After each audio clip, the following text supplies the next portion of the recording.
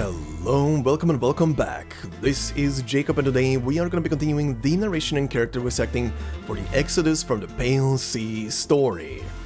Right then, part 2, so as always, to anybody bumping into the voiceover through this very episode, you can find the full playlist in the description of this very video, together with a bunch of other playlists that I put in there that are connected to the region of Iberia, Inquisition and so on, but refer to part 1 and you will hear me talk about why those are in there in more detail. But yeah, in the meantime, enjoy the beginning, and if you're continuing, let's continue. So, today's part will be, as the video length might be indicating already, we'll be covering quite a lot of the story, and it's getting interesting. It's also a pretty, I would say pretty standard pirate story in many senses here, but with the Arknights twist. But yeah, the story is very interesting. The pirate crew as well, and their connections back to the good old days of pirate seafaring, essentially, alchemy itself, and I do love the little sprinkles of Olus in there. That is also pretty interesting, and we're gonna learn a bunch more during today's part. But before we head into today's part and into the quick little recap, judging from your guys' comments, I see that you guys are also interested in this story, especially for those who I believe are also experiencing this blind along with the series here on the channel. So yeah, you're in for some very interesting back and forth in moods in today's part. That's all I'm gonna say. But yeah, it's a pretty beefy story today, and took me a bit of time to record, as might be indicated by the very all over the place schedule of the channel recently. But it's an interesting story is all I can say without going into too much detail. But before we head into our story for today, as always, quick little recap of the previous part, and for those of you who want to skip it, you can do so by just hitting the timestamp down below in the comment section. But in the meantime, last time we began the story with Thorns and his current predicament. Seems he is being held captive by pirates in the Iberian salt flats and is once more trying to escape. Thorns is also being overseen by a small, adorable saltfin by the name of Nene, who snitches on him escaping to the pirate leader Juana. Meanwhile, we also get introduced to other characters like an old pirate lady by the name of Teach, Javier, who is the newly appointed chef of the group, and Russ. Through them, we learn that there is tension in the pirate ranks, and most of it is, it seems, is being directed at their leader Juana. We also get introduced to Pascuala, who has stolen an artifact from the Inquisition for Juana and keeps getting into conflict with the pirates because of her swindling sail tactics. Meanwhile, Thorns, who had escaped for a brief moment, gets captured by none other than Juana herself. He gets brought back to camp and hung upside down on a pole for the night. All the while, we see flashback text to Thorns' childhood when he met his master, who taught him both swordplay and alchemy by the name of Olus. We then jump 2 weeks back and see why Thorns came to the desert. He is here to look for a legendary sword technique that he heard rumors about. However, once in the salt flats, he gets knocked out by a giant saltfin and will later be found by Pascuala. Pascuala was just returning with the compass she stole from the Inquisition, finds Thorns, yoinks some stuff from him, and wants to give him a proper burial.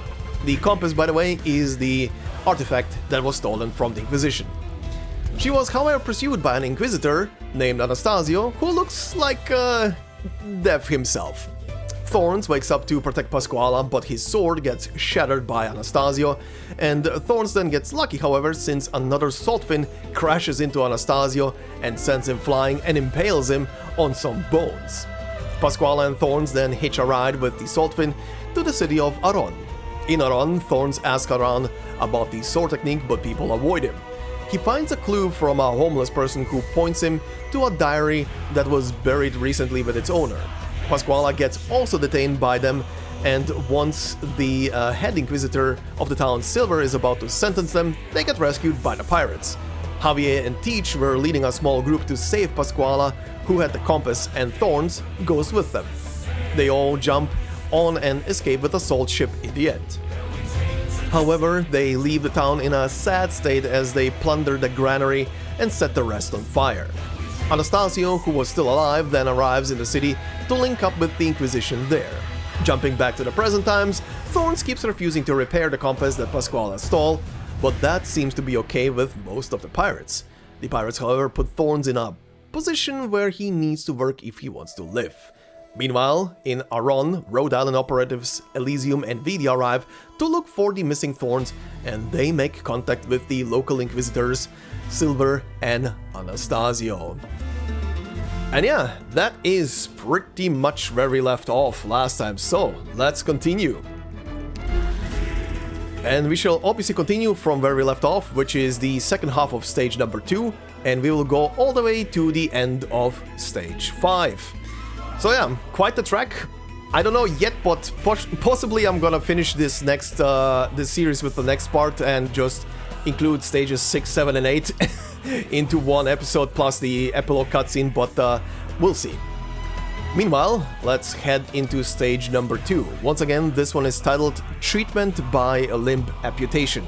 Before we head in, very quickly, so I don't have to do it later, the new enemy here on the map is the Garum Gourmet, and it says sailors recommend their favorite things to each other, including saltfin garum. Some sailors take it a little too far, however, and roll their barrels into each other's faces. Pirates! But yeah, anyway, we continue on with the after section.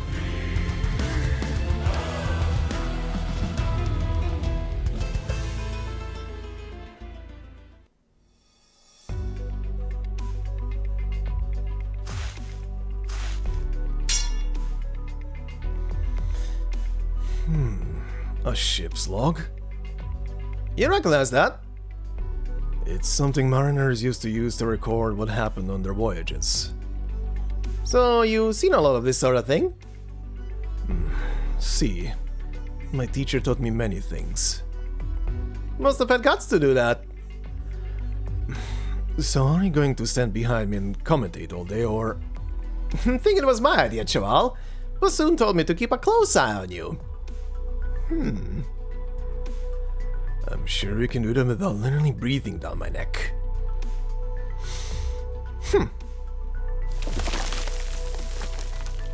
That sound. I know that sound. Isidro looks around vigilantly, warned by the sound of the salt wind. Behind the sailor, he sees a familiar dent appear on the surface of the salt. Out of the way! Sulfin incoming!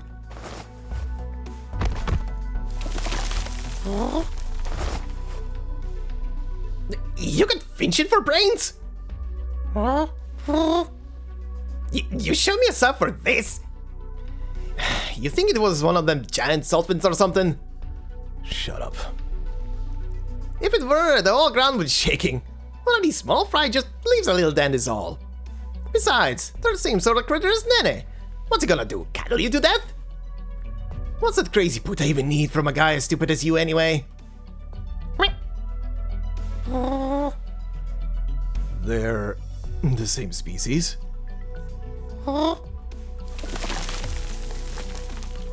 So, there's more than one variety of sulfin out here?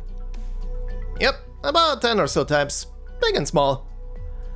Some of your sails are made from leather, are they? Sulfin hide. Also, we use it for tents. And the meat you hang out to dry outside? Sulfin meat. Your weapons, sulfin bones. And those guys are... They ain't the same. Won't hurt them unless we really have to. The crazy puta loves them to death. Once tried to haul some aboard to raise them, but a day away from their friends and they all lose the spirit. She had to give up that local plan. Then why is that one part of the crew? Then it was abandoned by his mates. Couldn't keep up with them thanks to its weak body. Lucky for it, she went and picked it up.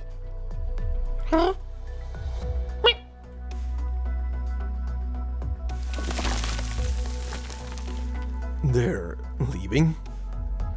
That's normal. They don't stay in one place for too long. One after the other, the sulfins drill into the salt, speeding off into the distance. Their tracks lace and intertwine, leaving the salt surface looking like a cracked mirror. They fascinate Isidro. He climbs up on a jagged rock, hoping to get a better look at where the tracks are headed from a higher vantage point. He stands at its peak, and to his surprise, he sees an immense gash barreling towards them, swallowing up any salt reefs or skeletons in its path. He realizes the salt winds weren't leaving, they were fleeing. Dennis starts to run around anxiously. No, that's definitely not normal. You seen something? Move, quickly!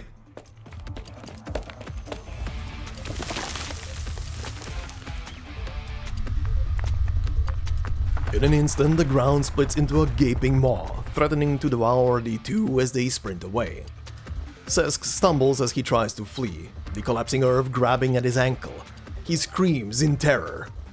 Isidro grabs hold of his arm, but he soon finds out he is powerless against nature's brute strength. Just as the two are about to be swallowed whole, the collapse miraculously stops. The sailor's lower leg is wedged tight between the jagged earth, now nothing more than a bloody, mangled mess. The hell's going on over there? The salt split open. I think someone fell in. Go have a look then, quick! I'll be going now. Get back here, you Capullo! Don't even think about running! Hey, it's only me here by myself. Your crewmates will be over soon. You'll be fine. Where are you going? Then it starts to nip at Isidro's pants. Not sure. Somewhere you can't find me. No, you can't go.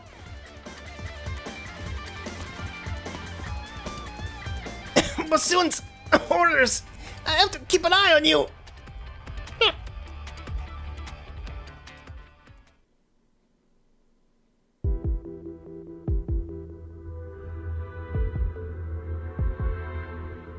I haven't been here to see you for so long. All is going according to plan. Yes, we've taken a few risks, but they were worth it. Soon we will set our sails once more and return to the ocean's embrace. Are you happy for me?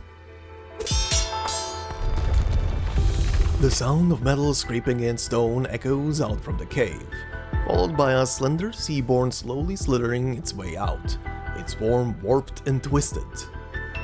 Each of its tentacles is wrapped around a weapon. As their points and edges drag across the stone walls, they keen and wail. It slowly approaches the saltfin meat and slowly eats away at it, its eyes fixed on Juana the entire time. She meets its gaze, quietly waiting for the Seaborn's reply. But in her heart she knows that it is no more than a beast without a speck of intellect or humanity. We will leave this place, this desert of salt, no matter the price. Juana turns and exits the cave, leaving behind only the Seaborn, thrashing around like a caged animal now that it has finished its meal. Rocks fall from the ceiling until finally it ceases its struggle for a way out, slowly calming down in the darkness.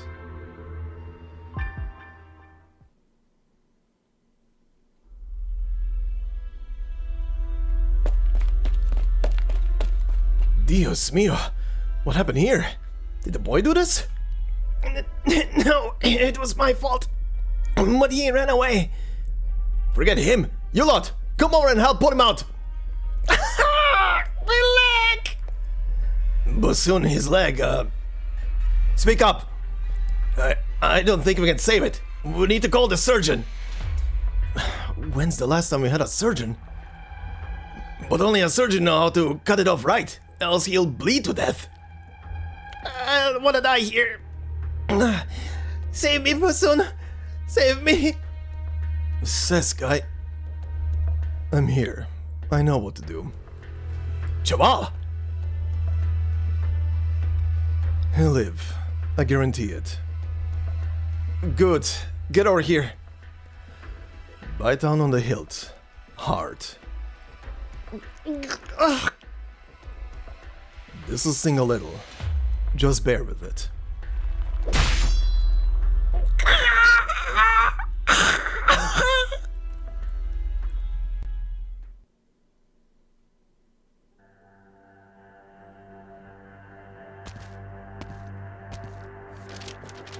Thorns, how could you do dirty like this on your own wanted poster? What's with that picture? Why are you so quick to concede that it's Thorns now? Weren't you just insisting it was all a mistaken identity? What if those bandits forced him into it? Or maybe he was framed? He's not much of a talker. I can definitely see him putting his foot in his mouth while explaining himself. If he is the upstanding young man you say he is, then surely he's dead by now. Killed by either the bandits or by the dangers of the salt flat. No. What exactly would they do to him? They like to... No. You would be happier not knowing. We've done all we can to keep them away from town, but they've still managed to abduct some of our best and brightest. Their leader is a wild monster, able to corrupt the hearts of others. Oh.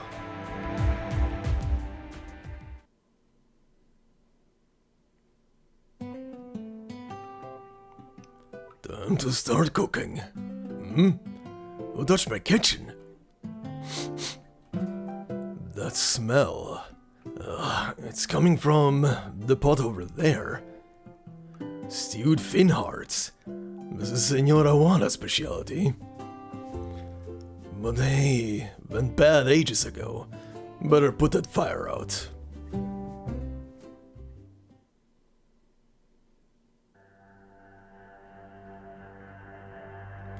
During the profound silence, most of Aron was submerged under the sea. Only the small part atop the hill avoided that grim fate. But it too shortly fell to chaos as the harvest failed. The pirates sailed in before the seawater retreated. They claimed they would bring order to Aron. But in truth, they only wished to burn, kill and maim, forcing the townsfolk to surrender to their reign of terror. Everything they saw was put to the torch.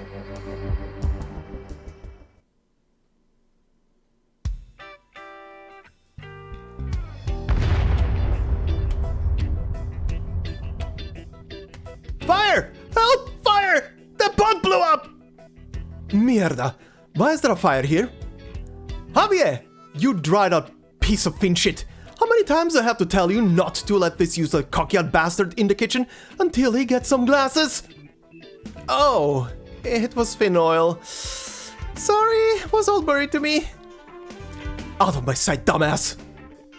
Where the hell's Javier? Get over here and put out this fire already! Quick, cover it with salt! My clothes! I just sewed up that fin leather coat. Roast fin leather smells pretty good.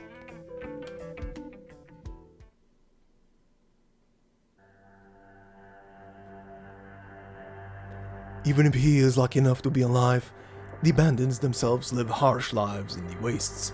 Surely they wouldn't treat their captives well. He's most likely dying of hunger and thirst at this very moment. Are you alright, Elysium? I'm fine. Senor Clasificador, please, continue. Needless to say, we can only pray he does nothing to incur their wrath. Their punishments are as barbaric as they are capricious. They'll split open bellies or chop off hands and feet over the slightest offense. You think they twist the law like that? Split open bellies or chop off hands and feet, you say?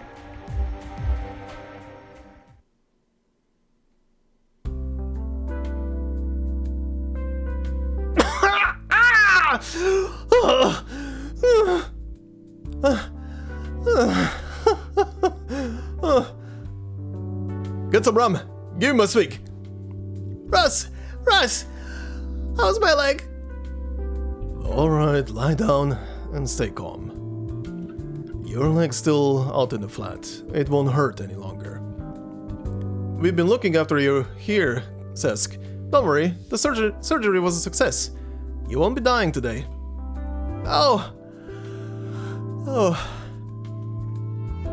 I just cut his leg off. I can't call it surgery. He's alive. That's surgery enough for us.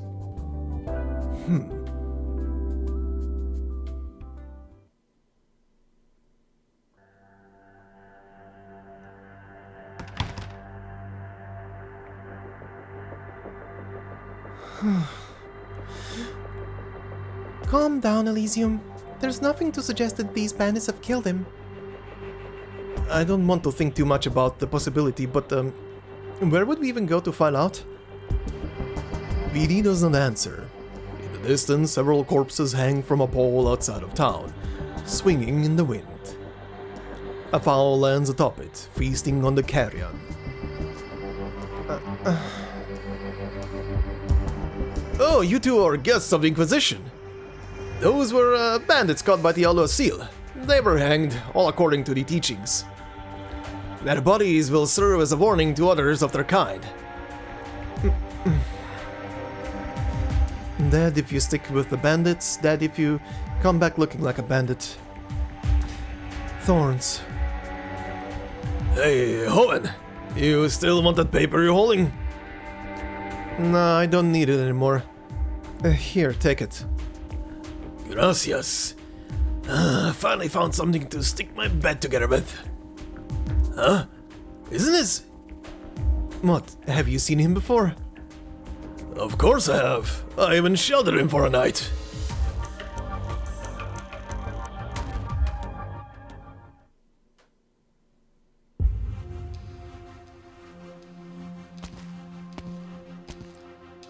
The fleet's heading out into the flats to hunt sulfids in a few days, and I'd like the boy to come along.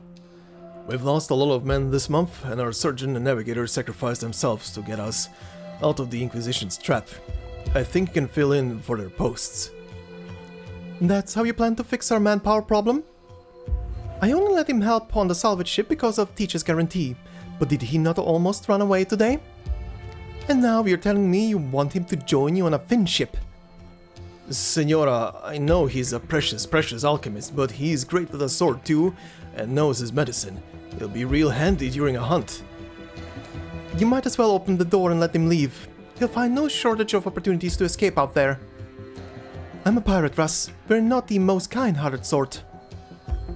Please, Senora, we've lost way too many men in these last few tussles with the Inquisition. You're not the only one in this fleet who needs him. We all do. He's far from a good little boy, you know. In fact, he's rather naughty. How will you ensure he does as he's told? He'd never met Pasquala before, but he still saved her story behind when the Inquisition was chasing her down, and saw her safely to town. Didn't ask for a reward neither. He could have left Sesk to die, but he didn't. Chose to come back and help us save him. He's a good kid. An honest kid.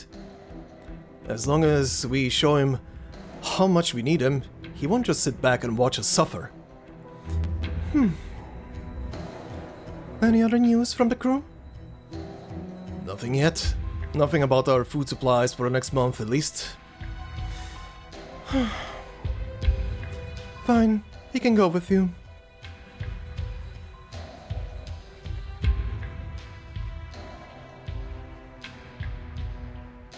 So the boy was your friend then? A fine young man. Such a shame what happened, and in the prime of his youth. Alright, fine. I'm going to find him myself. Elysium? Elysium! VD, Thorns is definitely out there, waiting for us to save him. Here, a communicator. You stay in town, I'll head out into the salt flat. Huh? What? If anything happens here, contact me. We'll keep in touch. Take care. Elysium!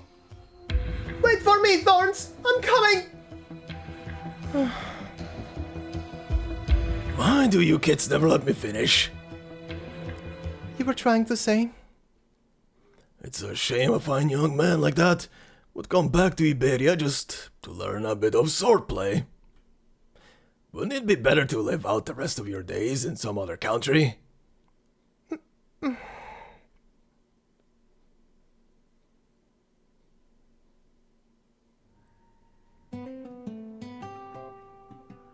This bread is burnt. Should still be edible at least. That bunch of useless bricks. I'll cave their skulls in one day, mark my words. Lucky we didn't lose too much.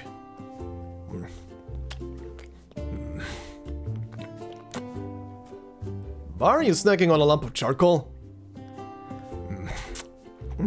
Because I'm hungry. Toss it out and come with me. You've got a lot to learn before you can join a finship crew. Finship? What finship?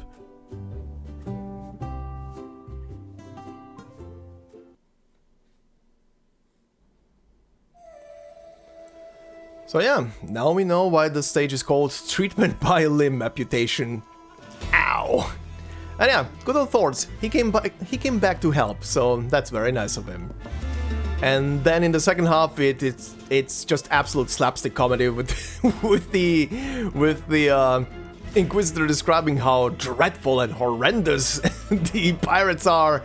I mean, they do some horrendous shit, but I do love the exposition between him giving a description and then the actual thing being like, what kind of color of nail polish am I gonna put on today? I think black. But also, Tuana seems to have a very, very fishy friendo that she is keeping secret.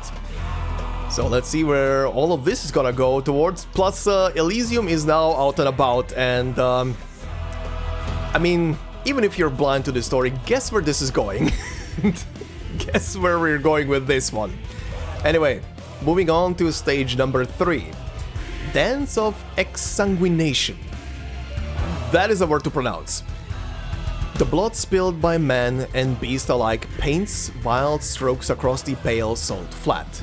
She is the only one who would see it as a dance.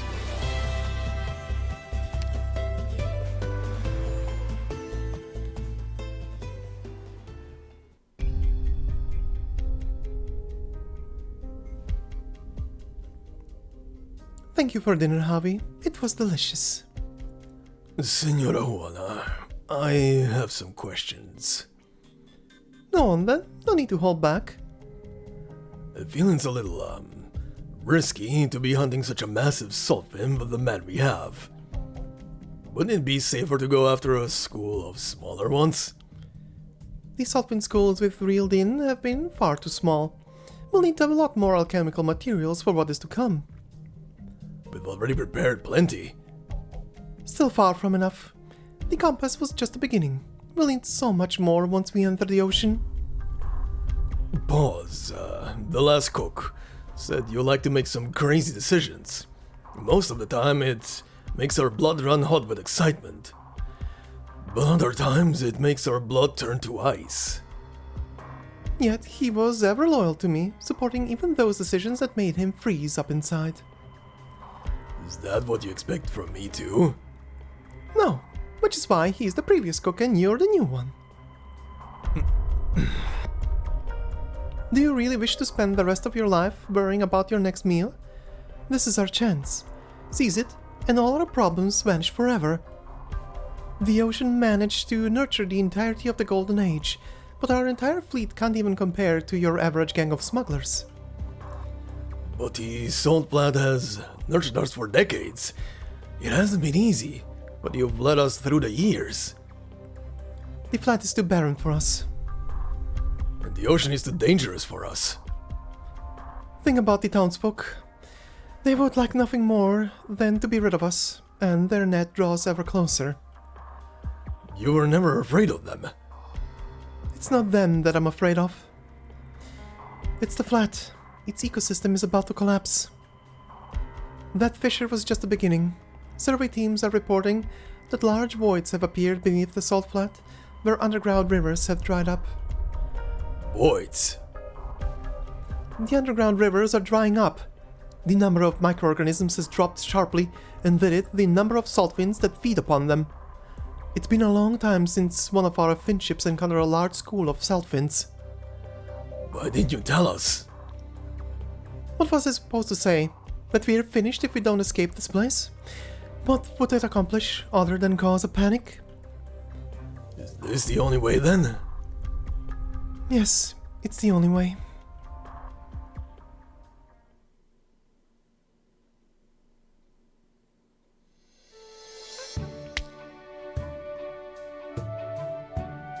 A little to the left. Thanks. Yes. Now a little harder. That was a long day. Learning to catch salt winds with senoras. Making shoulders. Yes. That's the spot. Dennis stomps even harder on Isidro's back as he inhales and exhales deeply. Never mind, you wouldn't understand. It's not like I don't want to help you all. When I was little, a beggar taught me a few tricks, just to earn scraps on the streets. But when I met my mentor, he told me those weren't tricks. It was alchemy. I was fascinated by alchemical studies. It earned me praise from my mentor and recognition from my peers. And most importantly, I was no longer a street urchin with nothing to my name. I was worth something. That is, until I learned the most fundamental nature of that school of alchemy. Isidro pauses, then stops stomping and looks up perplexedly. You can never abandon what you have, Isidro. You fear you will go back to having nothing if you fail. But the nature of alchemy is to achieve your goal, devoting everything to it, no matter the cost. The stakes, everything. The return, a chance. Why is it that only our alchemy was used to sail the seas? Because the ocean demands such quality. Sensing Isidro's depression, Nene lies down on his back and chirps gently. Russ was right. You all just want to live a decent life, repairing the compass and going to sea. It's not worth the risk. But I'm curious, how exactly is Juana's compass constructed? The corazonics inside, does it truly point towards whatever your heart yearns for the most, as the stories say? If I just had the chance to study it.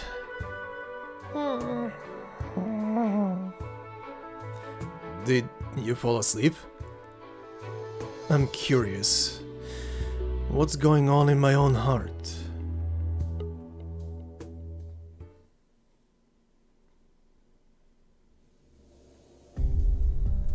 Flowers? Dr. Honora was the first to plant them in town, decades ago, for use in ointments. Ah, I have seen them before, in the halls of the Bastion de Canticos. I've never been. All I know is that it is the first flower to bloom from the salted earth of Aron, after so many years of being besieged by the sea. The townsfolk used to give me these as a token of appreciation, I think. Now I feel I should be offering them to you. No, senor, I am unworthy. Had you not taken those, measures towards the caravans to obtain the predator burnt beasts, we could never have gone after those despicable bandits in the salt flat. I did no more than what must be done. Your duty, of course. I believe you mentioned you are after a forbidden relic the bandits have stolen. What sort of relic could it possibly be to bring you all the way to this barren land? A compass. There are thousands of antique compasses from old Iberia. None like this. This one corrupts the heart, It points towards the user's deepest desires, dredges from the depths of the heart, or so it's said. But those who cast their eyes towards such base desires can never turn back. It drives them to theft, robbery, murder. They cannot stop themselves, try as they might. You really think so? It is simply the truth. Is this what you've been preaching to the townsfolk these past few days? It was not I who preached. The people here already understood this truth more profoundly than I ever have. Someone had already revealed it to them. Perhaps you? Yes, it was me. It was I who issued those prohibitions. Why stop then? Why lift the prohibition? Look at this town. No one here dares touch the new goods and technologies that the caravans bring. No one dares leave their house after dark. They dare not fill their stomachs, even in years of plenty. Every word I used to shackle these poor people has continued to shackle them. They see it differently. Was it not your deeds that helped them lay aside their dreams and laments for wealth and power? Was it not your words that encouraged them to take up the hoe and the scythe? Times have changed, Senor Aluacil. Times never change, Senor Calcificador. The deepest desires of the heart should never be probed. Not by anyone, not anywhere. Never.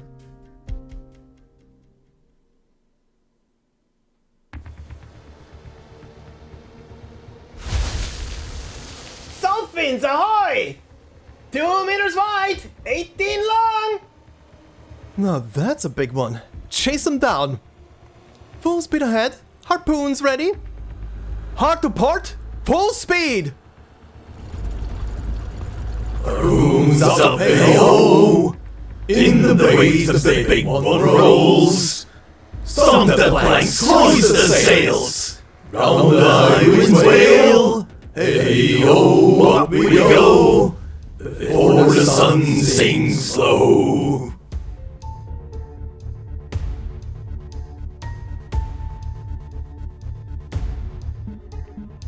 What you watching from a corner for, Cheval? Oh, nothing. Watch yourself. But the shaking is a good thing. Means we're getting close. Where the boss put you? Reeling in the net from here, or joining the hunt in the salts? Senora Juana won't let me leave the ship. I don't get it. With your sword hand, you'll be way more useful in a hunt. She didn't give me any particular job either. Just told me to do whatever I can. Weird. She's usually so detailed. Maybe the standards are laxer for the new guy.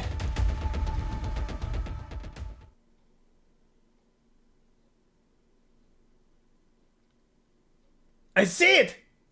Finch it, that's a big one. Lower the boat! Don't let it get away! Wait, it's turning. Full rudder! It's running into us! Not in the best mood, big guy. Well, my mood couldn't be better. Change of plans, Perlita. Javier stays aboard. I'll lead the hunt myself. But Senora, you haven't led a hunt in ages. Do as I say. Javier, come back! Take the helm! It's too dangerous, Senora! This one's too much for you, Javi. Stay on the ship. I need you to work with me. Then what should I do? See that salt wreath in the shape of a tongue? Hurt it there with salt rounds. I'll handle the rest. Aye aye. Full rudder, hang tight! The salt ship makes a hard turn to starboard, but not quickly enough to avoid brushing against the side of the charging salt fin. Cold sweat rolls down everyone's backs at the grating sound. Hanging onto a fence for dear life, Isidro looks towards where the sound came from. He sees a massive salt wind swim past the ship, sending stinging salt grains flying across the deck. How could a salt fin grow this big? I thought that last one was the biggest I'd ever seen. No, Chaval, even I've never seen one this big. What? We never hunt ones this big, not by choice. This is loco. We're in way over our heads.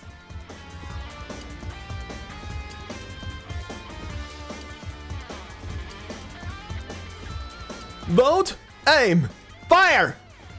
Port broadside, fire! Aim for the eyes and nostril. Hitting the shell won't do a damn thing. Is Senora Juana in position? Boss! Boss! She just went down. You gotta stop the hunt. We're in way over our heads. And how would we eat tomorrow if we don't hunt today? What's the matter, Russ? It's twice as big as any other Sulfin. Only the leader of a school could grow this big. So you'd expect it to have a whole school behind it, but I sure don't see one. Get to the point, Professor. Either it lost its school or it was abandoned. Either way, it's mad. Real mad. Does Senora Juana know about this? It was her plan. She's toying with our lives again. If that thing decides to bring us down with it, we're all... Teach. Senora and the hunting team have already left. It's too late to back down. Don't let the rest of the crew know. We can't afford a panic. Keep firing, Javier. I'd rather die on a hunt today than of starvation in a month.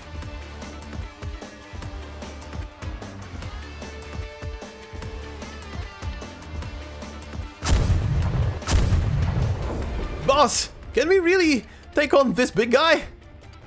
Of course, and we'll win. Wait for it to turn and aim for gaps in its shell. If it can hit the nostril, all the better. It's coming straight for us! Row, hard forward. Aye aye! Harpoon's ready. Now.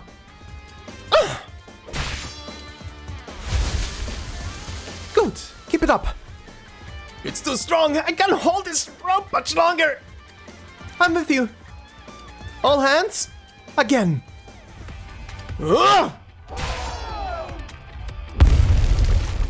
Good. Someone hit the nostril. Hold that rope like your life depends on it. 30 meters left. Keep holding on. 20 meters. 10 meters. We're out of rope. Just a little more. It's coming out of the salt layer. Now, reel it in. Juana rides her boat towards the saltwind as the rope is reeled in. Its thick hide has been pierced by dozens of harpoons, blood seeping out from the wounds. Listening to its heavy, rapid breathing, Juana knows that its life is coming to an end. She cannot help but place her hand on the massive figure, feeling its life flow out of it little by little, until the saltwind closes its eyes, still raging against the dying of the light with its last breath. Finally! We did it! Hail the salt ship. Have them come for us. Aye aye! Mate. Look out, Senora! It's not dead yet! Juana feels a gaze filled with overwhelming malice upon her. She looks up at its eyes, filled with hatred and anger. The next instant, the saltwind begins flailing violently, sending blood-stained salt flying, falling over the sailors like rain. It breaks free of the ropes, leaving behind only the harpoon still impaled in its hide. It raises its tail fin high. Retreat! Retreat! No! Several boats are quickly snapped in two by the saltwind's attack, and the air is filled with the screaming of injured sailors. The sound seems to fill Juana with a certain resolve. She charges towards the rampaging saltwind and grabs one of the harpoons on its back. It leaps up, trying to shake her off. It's too dangerous, Senora! Let go! No, this one is mine. As long as I still breathe! The saltwind sweeps aside the boats in front of it and swims into the distance, carrying Juana on its back. It does so with astounding speed, like an arrow from a bow or a dying star.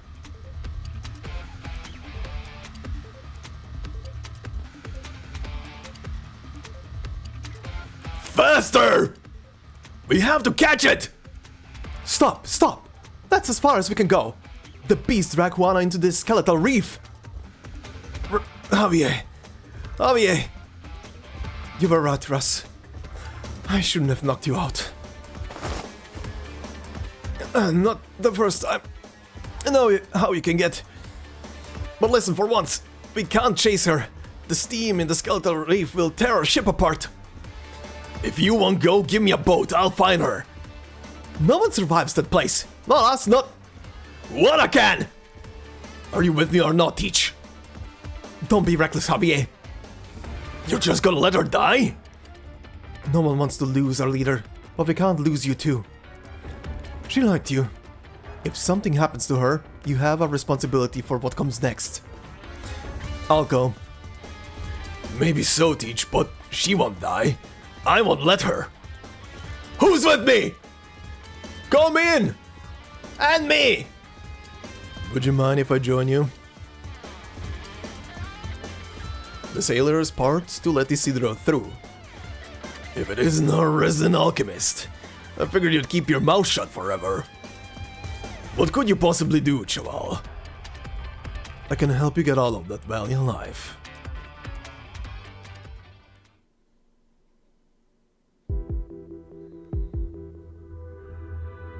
Be ready, Senor Silver. Good. Take them in at my command. Yes, sir.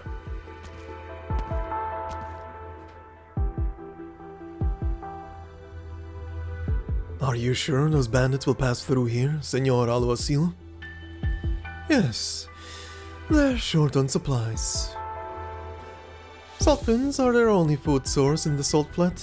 From what the caravans tell us, they must travel through this passage when they return from a hunt. Exhausted by their quarry, there will be no match for us. Good. With this ambush, it will all be over.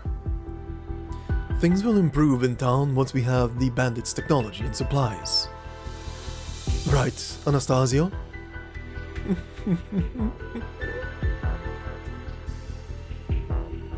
Anastasio mutters something, but Silver does not hear it. He simply gazes upon the vast salt flood before him, as if seeing the town's prosperous future out there.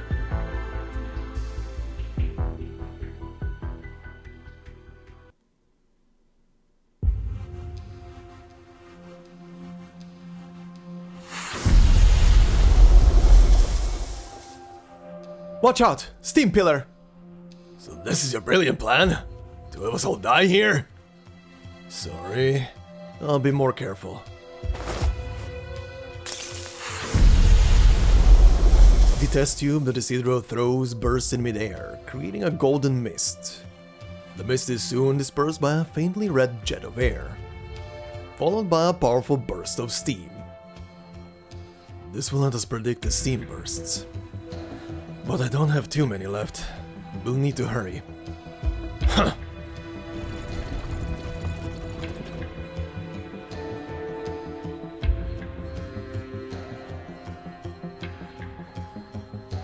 Wreckage ahead, Javier. Watch out. I could blow it up. No need. I know what you can do, Chaval. Okay. This ship looks like it's been here for a while. It's the first salt ship Juana ever built. She thought it could take us through the skeletal reef and back to the sea. She failed. And lost almost everything. You see any trace of the boss? Yes, not far now. The ship continues sailing, past a row of towering bone spikes. The cracks running through the surface are filled with blood. Saltwind blood. Don't let it get to you. Isidro picks up a piece of salt that rolled down from the cliffs and throws it out. He opens his palm and finds it sticky with the blood from the salt. There's blood everywhere. What kind of fight happened here? Is the boss even alive? We'll find out soon.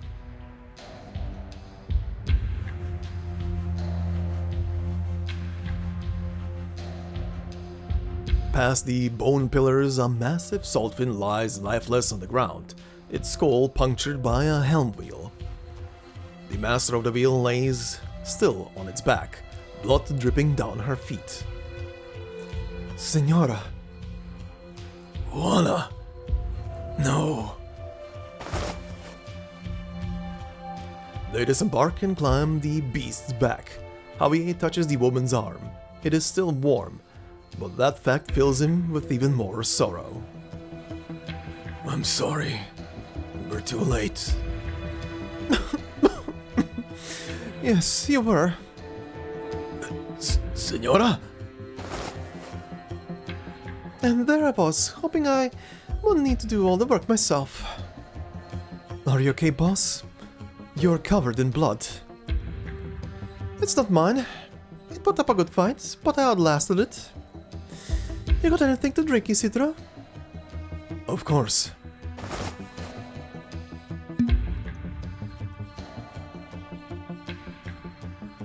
Juana takes the bottle, climbs down the saltfin's back, and sits down, leaning against it.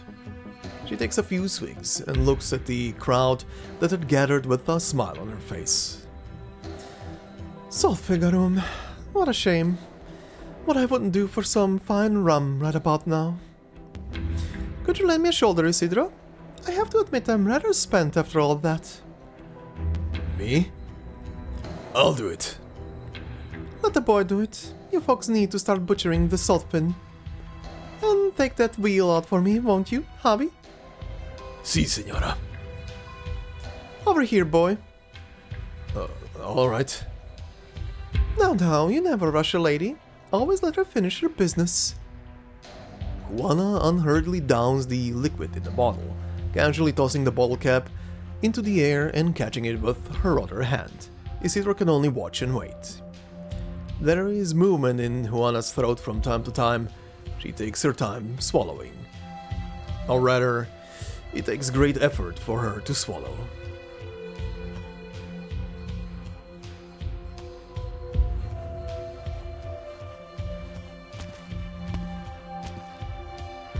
Why are you hiding your injury? Just hold on to me, steady now.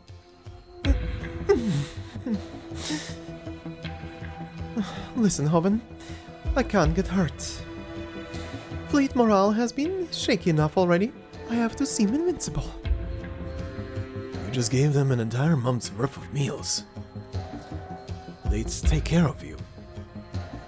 I'm not worried about betrayal, but if I go down, they'll think the situation is dire, and that's when they start panicking. So keep me steady. I don't want to fall on my face in front of everyone. Your ribs are cracked. I can't hold you too hard. It's alright. I can take it.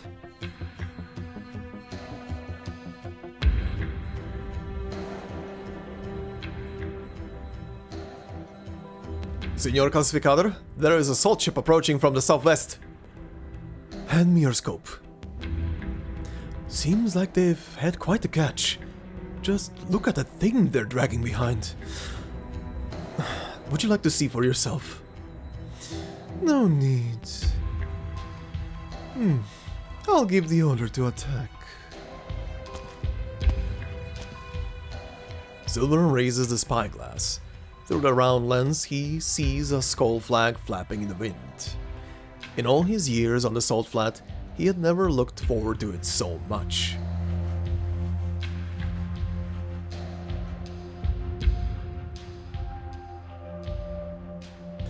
How is it? Enough for everyone, and then some. Good, then we'll have plenty of materials to repair the compass. I guess. Senora, Yes? leave the rest to me. You're tired. You need rest. I suppose you're right. I know I can count on you.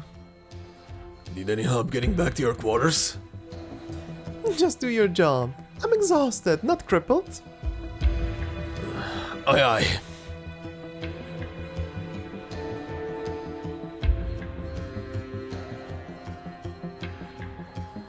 Got a question, Chaval. Yeah? Is the boss hurt? Why would you think that? There's nothing wrong with her. Don't lie to me. Liars get lashes in this crew, you know? Of course. Are you worried? Of course I am. She never shows weakness in front of the others. I hardly ever see her get injured, but for some reason she keeps getting new scars. If she's hurt, I don't want her to hide it from us. She'll be fine.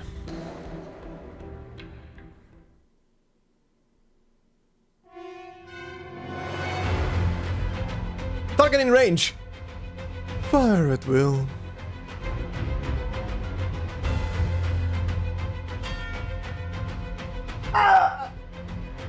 What was that? It's the Inquisition. Where's my wheel? They came for our quarry. But you're...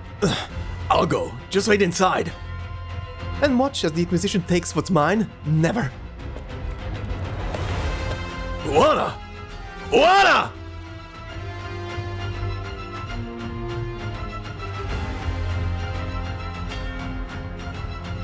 Promise me you'll... Look out! What the... Ah! Ambush! Take cover! Mierda, it's the Inquisition.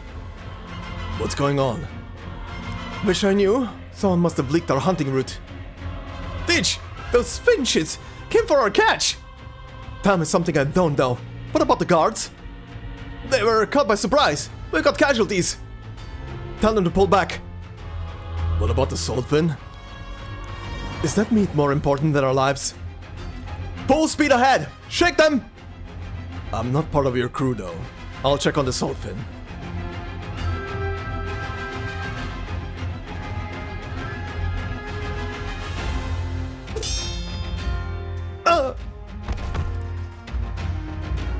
The guards around the salt fin have been neutralized. We cut the rope. They can't pull the meat with them. And the remaining pirates? Hiding inside the ship. A shame. We could have taken the ship too if we had more men. What of the Aloha seal? Went to pursue the ones who fled. Tell him to return. We have the salt fin. No need to overextend ourselves. Senor! A massive helm wheel flies towards Silver. He jumps back in a nick of time and almost falls backwards. A woman in black leaps down from the salt ship, catching the flying helm wheel in her hand. Where do you think you're going with my catch, Inquisitor? You, the corrupting Aegir. Oh, it's you, Hoven. I thought you might grow up a little when you became Calcificador, but it seems you're not different from your treacherous predecessor, Silver. Always looking to stab people in the back. Did you expect to be treated kindly, sinner? Was I being too nice? Would you prefer to continue this conversation with the sword?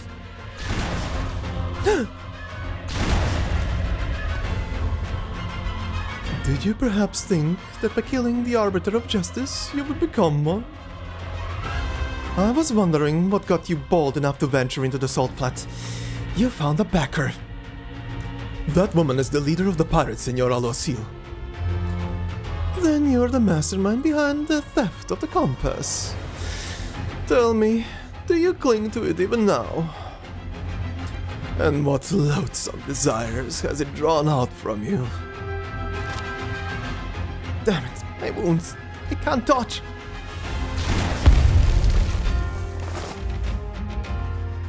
Are you out of your mind? He almost hit you. Silence, Hoven. Do you think I wanted to get hit? We need to get back to the ship. That guy is too strong for us. We can't fight him like this. Ah, we meet again. Then you shall receive judgment together. We need to go. They came prepared while we're exhausted. If you're not going to help, then stay out of my way. Teach just gave the order to sail. You'll be left behind. The ship needs to shake them. We can't wait for you. You go back. Juana tries to stand but cannot find the strength. The Aloha seal and warrior priests approach. In the distance, Silver stands atop her catch with a smug expression. Enough food to feed the fleet for a month. Important materials for repairing the compass. She cannot afford to lose it if she is to return to the ocean. Senora Juana, come back! Juana hears Javier's voice calling to her from the ship's stern. Grab Juana, Chaval! We're throwing the ladder down!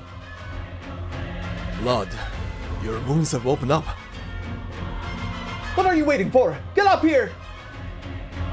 She must not pass out. Her crew needs her. There is a future she must lead her fleet into. She made a promise to Cruz. Don't let them get away! Yes, sir! Senora Juana! Juana! Senora Juana! Shut up. She can withstand the pain and darkness no longer. They overcome her.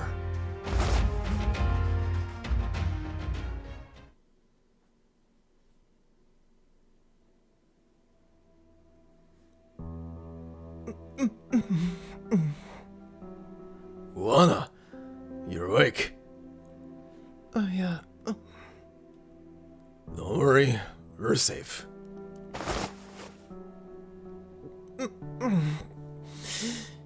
Where's Teach? She's busy elsewhere. I'm here by your side. What about the boy? Where did he go? Did he run away? No, he brought you back. Do you want to see him? I can go get him. What is he doing? He's with Teach, treating the crew members who were injured in the attack.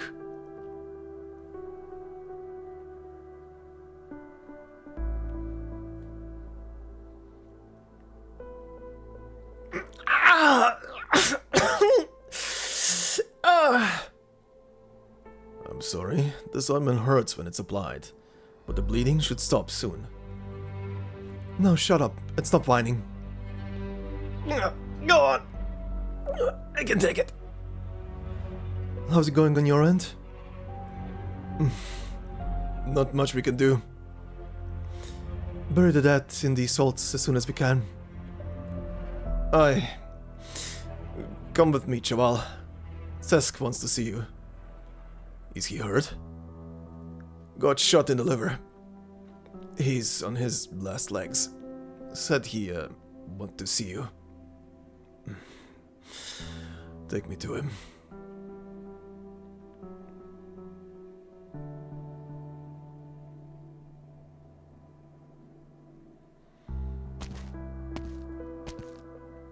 Isidro makes his way through the wounded, a bowl of hot soup in hand. Amongst the many pale faces, he sees a familiar one, smiling at him with what little strength it has left. He sits beside the wounded man and smiles back.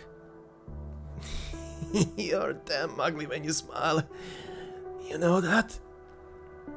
Sounds like you're in good spirits. Here, I brought you some soup. You'll feel better. No, don't waste it. Thanks for coming to see me, and for saving my hide back then. I wanted to ask, why did you save me? I thought I was going to die so many times over my journeys. But every time I was lucky enough to meet someone who cared.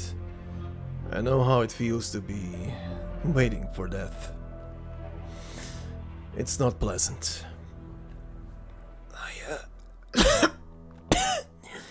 I never knew a damn thing about you. Tell me more. You, gonna home? No, I don't.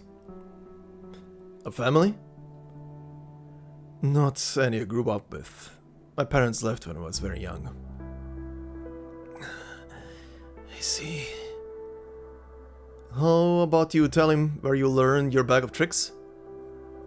Sure. Some different people took pity on me and taught me how to survive. Bits and pieces here and there. There was a teacher who taught me how to use a sword. We lived together for a long time. I learned a lot from him. Must have invested a lot in you. Yeah, he raised me as his successor. Why didn't you just stay with him? I couldn't live that way. He made me feel safe. What's wrong with that? Nothing's worse than feeling safe. It makes you let your guard down, but nowhere is truly safe.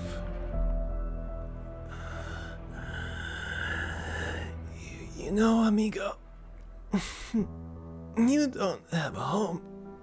Don't like feeling safe. Don't want to settle down.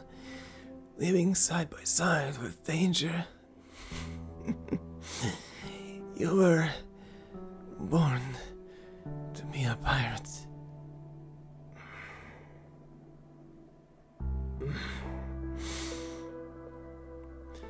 Maybe I was. Isidro says no more. The soup has long since become cold in the night wind of the salt flat. He raises the bowl and takes a sip. It has been a month, and he is already used to its thick, salty flavor.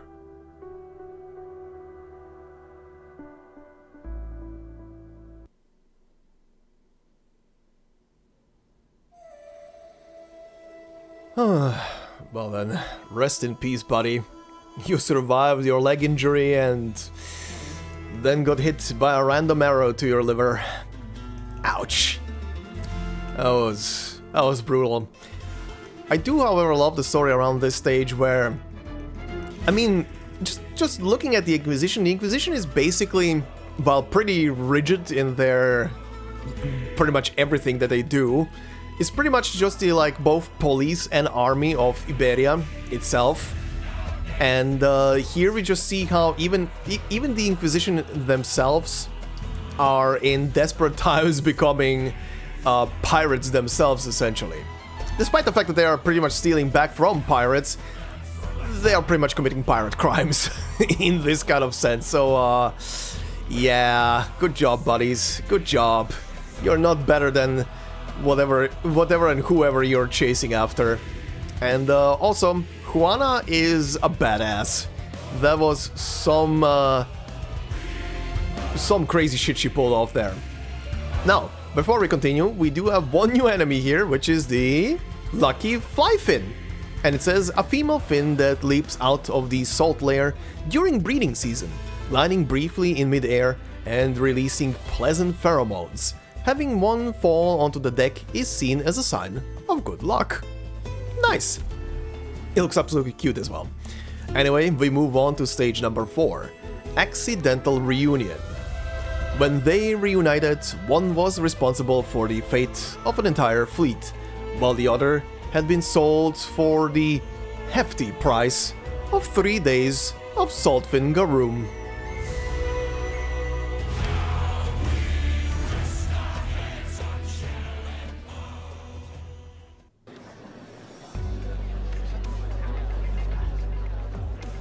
Gracias.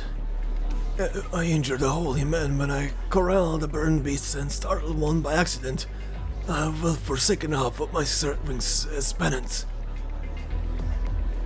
No, eat up so that it doesn't happen again. There is enough saltfin for everyone. Eat. But, Senor Silver, overeating is better than letting food go to waste. Saltfin flesh won't last in this weather. Finish it before it spoils. Kindly bring these to our injured brothers, my good chef. They need something nutritious to eat after the beating they've taken these past few days.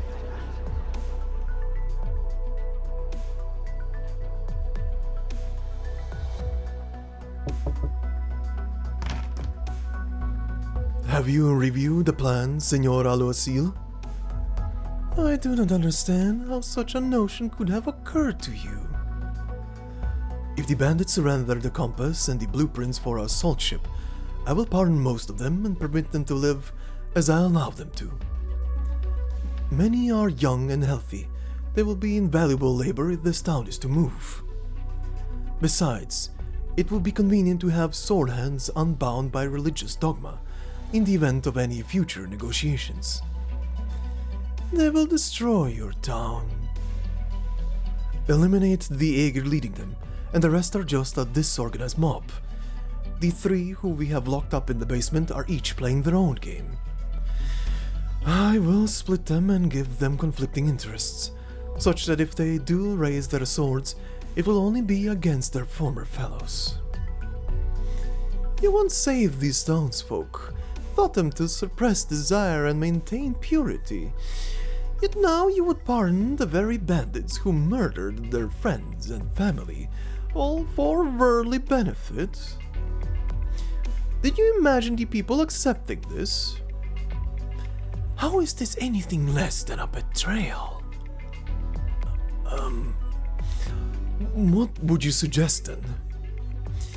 I would lead our men into the flat without delay, eliminate the surviving bandits, and destroy the very means by which they have sinned. Our injured brothers need rest. We have neither the manpower nor the resources for another major campaign. I will ensure they are ready. I hope you'll forgive my bluntness, Senora Lucille. But the 3 bandits in the basement will escape at nightfall. If all goes well, they will soon bring news back to their fellows.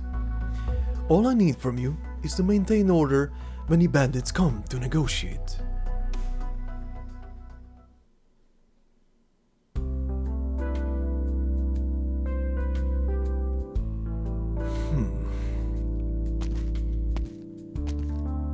What made you change your mind? It's just a compass. There wasn't much to think about.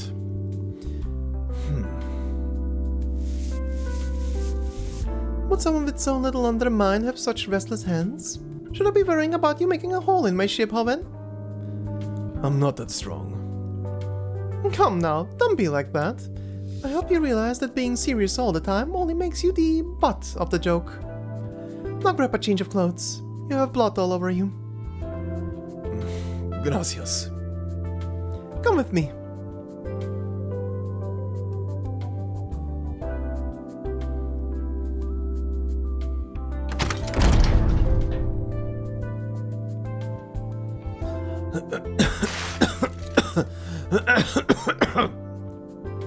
Sorry, I should have told you to hold your breath. This cabin hasn't been used in decades, and there's dust everywhere. I'm sorry for touching things without permission. Don't make me sound like such a petty woman. You can touch whatever you want here. It's all top-notch alchemical equipment. Unless your hands are more dangerous than cannon fire or a storm, they'll survive. This will be your lab from now on. You have a full-fledged alchemy lab on your ship? Yes. Before I forget, these clothes belong to the previous alchemist. You're about the same size, so try them on. You can change in the storage room to your left.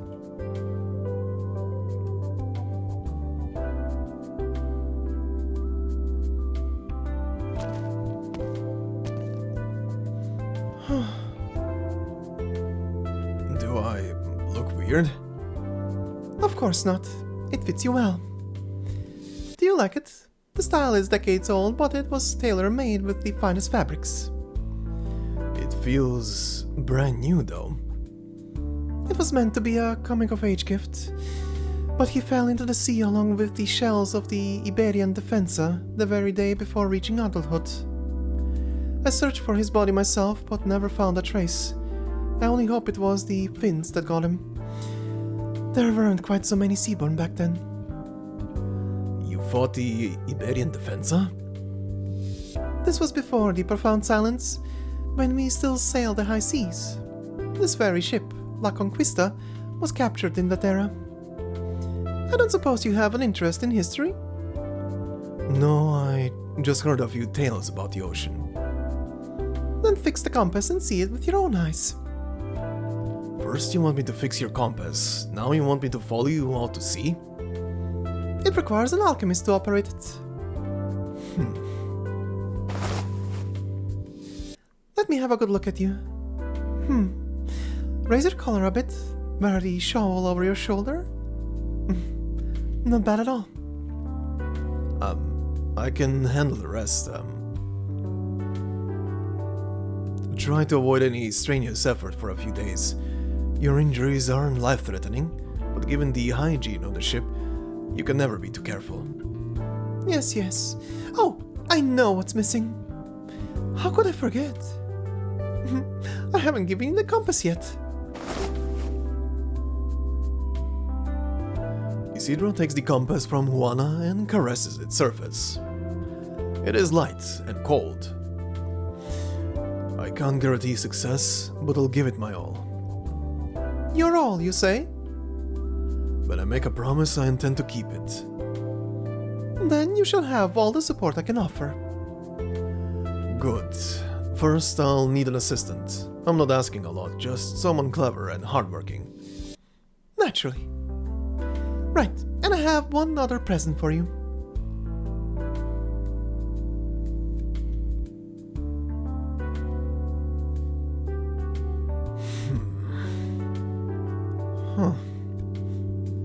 If what the boss says is true, then we're out of options. The townsfolk now control the route from the flat to the inland, and we're their mortal enemies. There is no way back. We have to face the ocean. Is there really no other way? Señoras! Señor Javier! Slow down and breathe. What's going on? They're back! Who's back? Our mates who got caught! They escaped and came back! And they brought someone with them!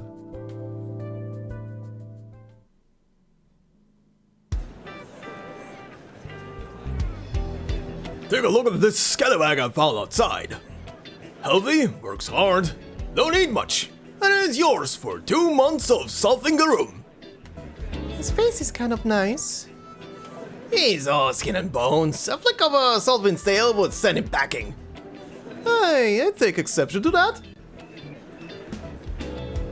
I'll have you know, I'm ripped under this loose fit. Okay, going for 1.5 months of Salfingarum. For an absolute adultus like me, I'm worth at least a year of that fit stuff. Shut up already, can't you see no one wants you? Going for 1 year of Salfingarum. 1 month, 2 years. 2 weeks, 3 years. 3 days. Deal! Huh? 3 days of Salfingarum under my name. Deal? Huh? Perfect timing. I was just thinking I needed a bodyguard.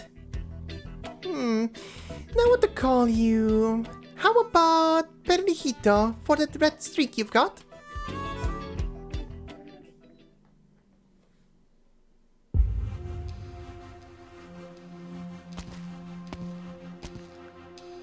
You were hiding all this under the salt flat? Shh. Do you want the neighbors to hear? That wasn't funny.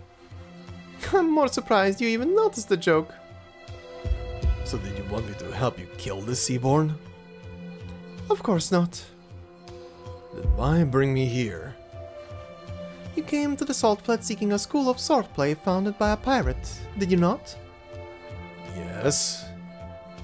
Then congratulations, you found it. When you need a break from repairing the compass, you can come here and learn from it. From a Seaborn. A Seaborn that has devoured countless swordsmen. With every movement of its appendages, it recreates their skills. Perhaps an attempt to escape, or perhaps a meaningless act of imitation. What exactly is going on here? It is difficult to explain. After trapping it here, I issued a bounty, inviting any swordsman to try their hand at killing it. Many have attempted it, but all have become a part of it, along with their blades. Now I'm even more confused. Why did you trap it here? Why weren't you looking for someone to kill it? And why do you want me to learn swordplay from it? I was never the original captain of the fleet. Him. Him? His name was Cruz. When the waters that inundated this land subsided, the remaining Seaborn began to attack the cities in a frenzy. We fought hard and slew most of them, but this one was practically hard to kill. Cruz lured it into a cave, using himself as bait, and both became trapped here. The last time I saw him, he named me captain and asked me to bring the others back to the sea. Why not tell them the truth? I heard a crew spreading terrible rumors about you and Seaborn. Let them. A leader needs to be feared as well as loved. So you came up with this entire plan back then? No, it was Cruz who gave it to me. He had long expected that he would die before I did, so he told me everything, that I might continue his work after his death. You should have freed him from this. I wanted to, but it's not that easy. I couldn't do it, not with my own hands, even though I know it's just a Seaborn. I love him, just as I love the time we spent sailing far and wide. Promise me, learn everything you can from it, as much as your little sponge of a brain can absorb. That way, at least, I'll get to see his swordplay once more.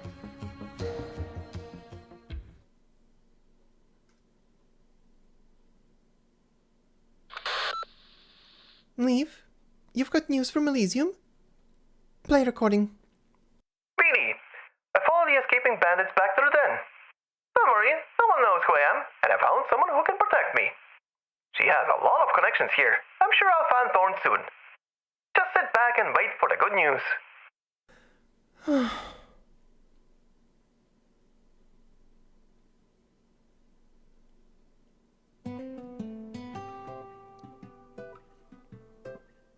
Bring the crates over here, Perejito. Yes, boss. Not bad. You're stronger than you look. Now I want to hear that same energy in your selling. You got it, boss. I've already memorized the entire list of goods, forward and backwards. I'm done listening to you the moment I find Thorns. Look, people are coming. Say it so they can hear. Prosthetic eyeballs made from the finest solving bones for maximum comfort, in any color you want. Aged solving garum from our special collection, a flavor you won't forget. Don't miss this chance, senores and señoras. Wow, these guys are natural. Doesn't sound like a slave at all. Come one, come all. There's something for everyone. Oh, I'm getting hoarse, boss. Everybody's staring, but why is no one stopping by? Yeah, it's weirdly quiet. I expect someone to have picked a fight with me by now. Would you care for one, senor? Could come in handy someday. No thanks, Pasquala. Well, if you're not buying, you're not buying, but what's that look? Gives me the creeps. I suggest you put your tail between your legs and behave yourself. Huh? Didn't you say you were well connected? I am. Just imagine how much worse it'd be for an outsider like you without me here to smooth things over. These two never used to give me a second glance. Why they stop to glare at me today? You know what? Just close up the stall and pack up for the day. I'm gonna go ask around.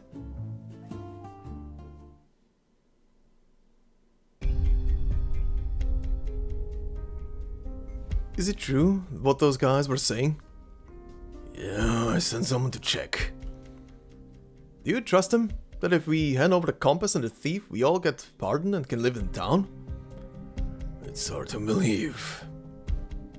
Then why do you let the chaval from the city with the red hair onto our fleet? I don't know what to believe anymore, Russ.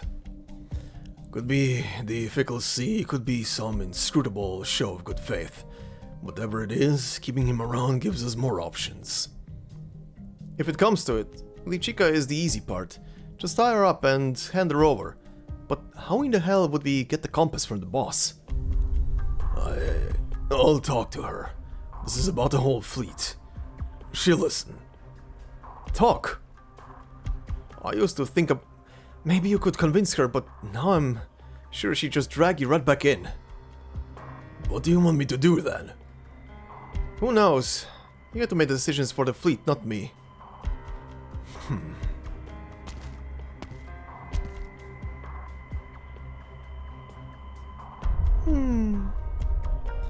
Those Inquisition finshits. Now they're just playing dirty.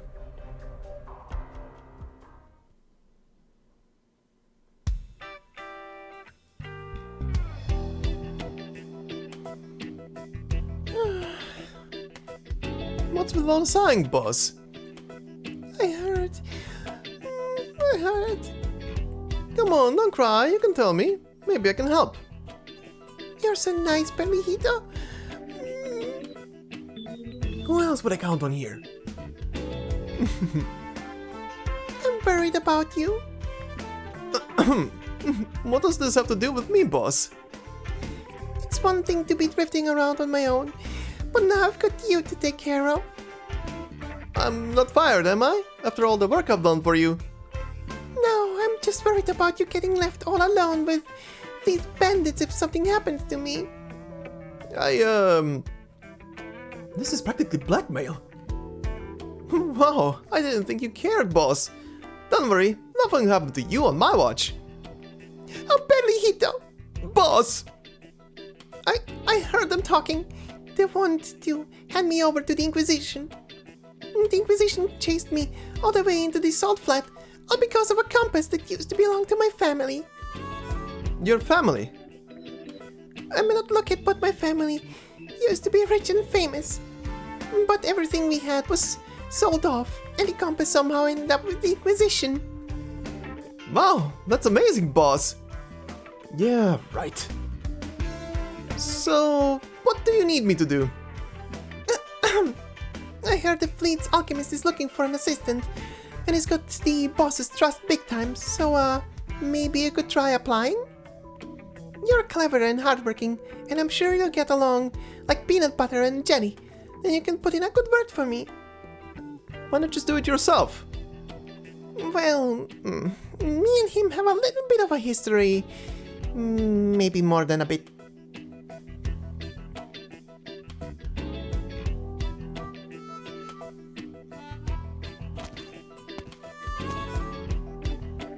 Anyhow, just work that silver tongue and keep an eye out for your chance.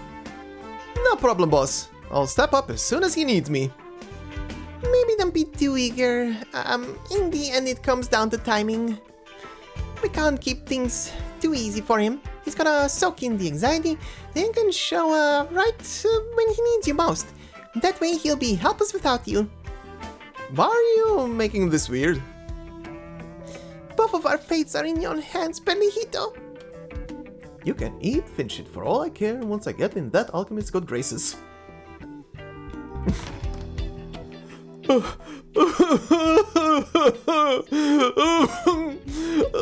could you say that?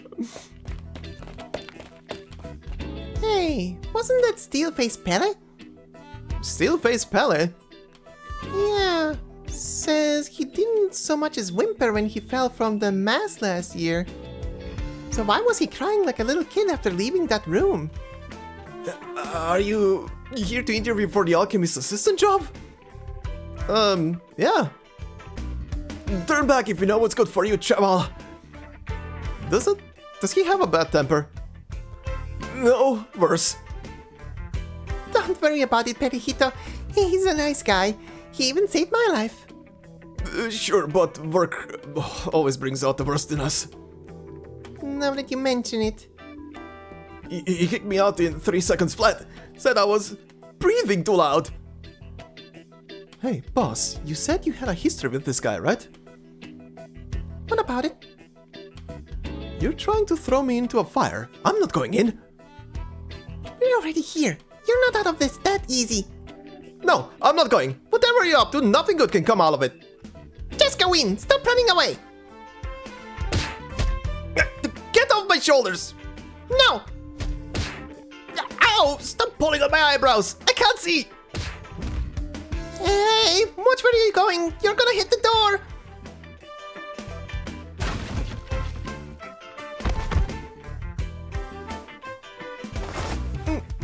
Ow, ow, ow, ow, ow, ow, ow.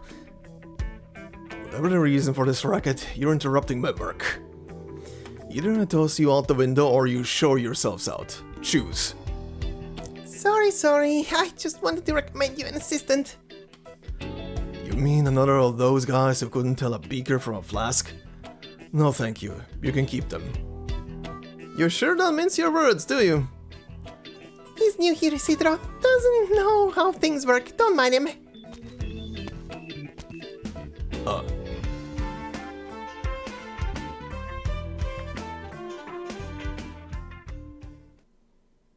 You?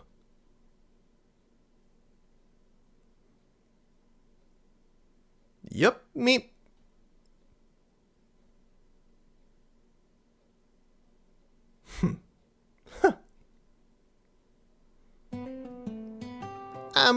Excuse me?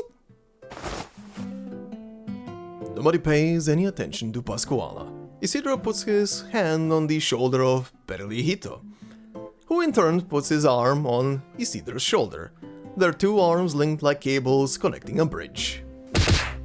They pat each other's shoulders so hard they might as well be punching each other. Perlijito's face turns as red as the streak in his hair, grimacing in pain. As for Isidro, have they been starving you? You pat like a wimp. Do you even know how much weight I lost looking for you? Hope you're ready to buy me a good meal. Señoras? How did you find me? We can talk about that later. Let's talk about you. How did you get here with all your limbs intact, you lucky boy? What's with the tone of disappointment?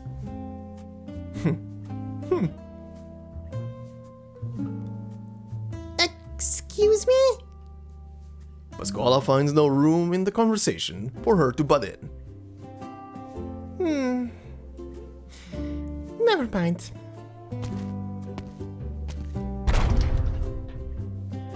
She turns around and leaves, politely closing the door behind her.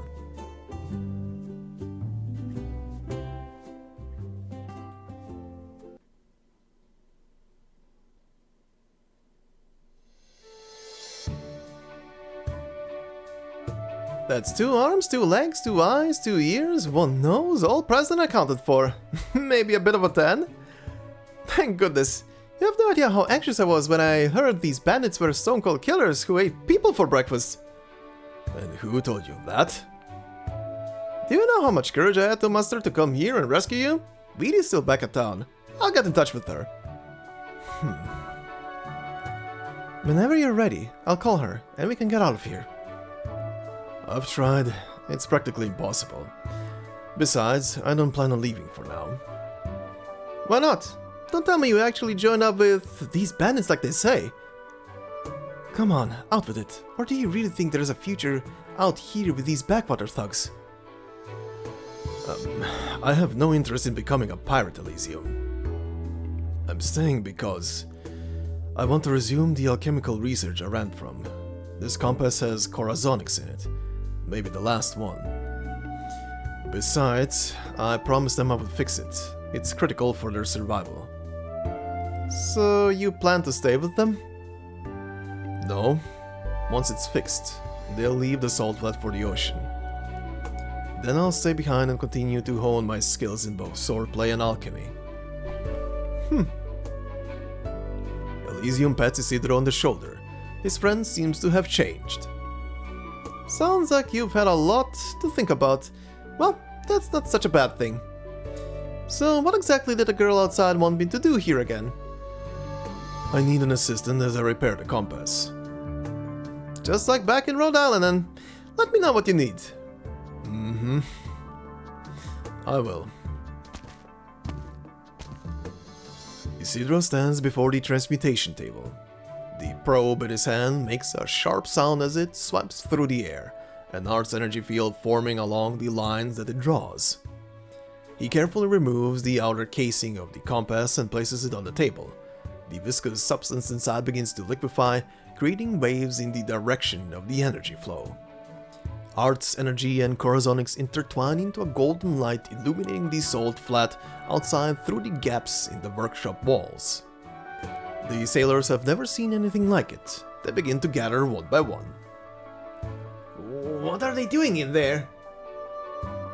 That kid from outside is doing his thing, that owl chemi or whatever. Never thought it'd glow gold like that though. Let me see.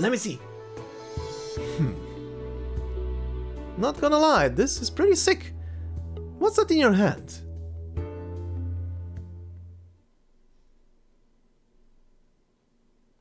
Flashback.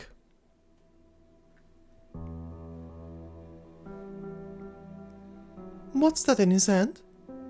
Some beggar's magic trick. What else? Oh, well, nothing to see here then. It's not like we have any food to spare. Bothersome brat. Come and see my trick. All I ask is a piece of bread.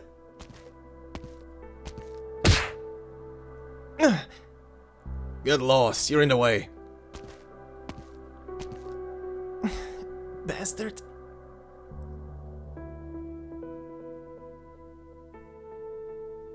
Back to present.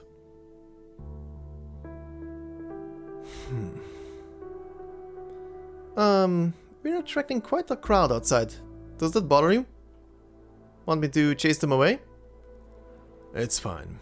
With you here chatting away, it feels like I'm right back at Rhode Island. They won't bother me.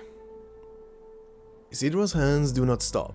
The probe in his hand seems to dance with the corazonics, rippling in the energy field. His palms emit light, looking to the sailors peeping through the windows like a mirage born of hunger and thirst. You ever seen anything like it? Way back when, I remember the boss talking about folks who'd perform tricks for others in the big cities. Guess that's what it looks like? It's beautiful. Let them watch. Just make sure they don't barge in and try to sell me for food. Sounds weirdly plausible. Do people do that?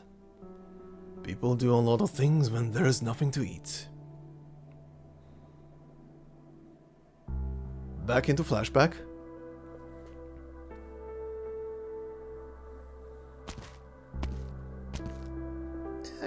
Excuse me. Do you have any food? No, will you take this ribbon though? No, it's got to be something I can eat. I don't have anything to eat myself. I happen to have a few biscuits here. Why don't you let this young lady see your trick? Biscuits? Sure, since you asked.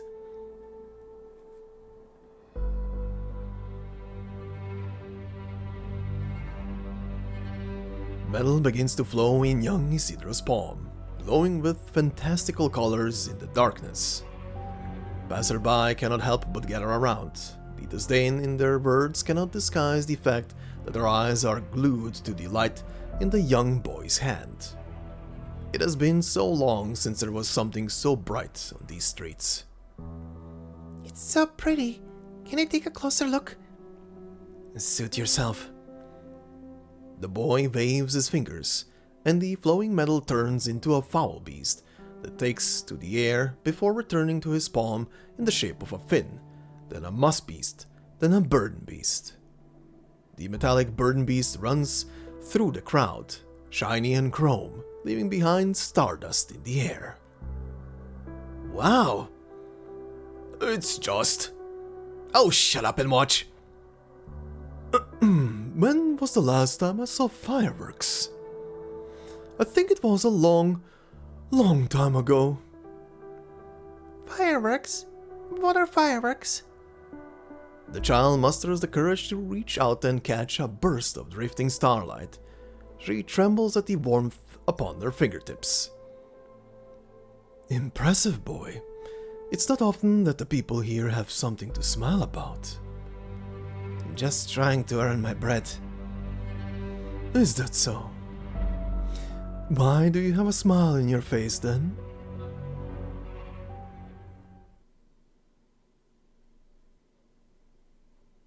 Back to present. The probe guides the corazonics, drawing a river of stars in the air. More and more sailors gather, pressing their faces to the window, the thirst, hunger, and exhaustion on their faces temporarily replaced by awe and wonder.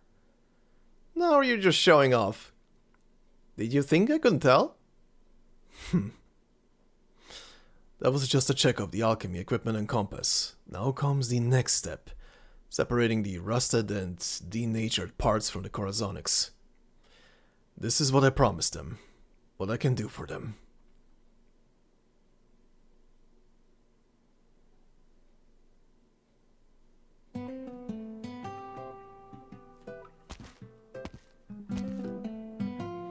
You two sure spent a long time chatting. Well, it's been a while since we last saw each other. Were you sitting out here this whole time, boss?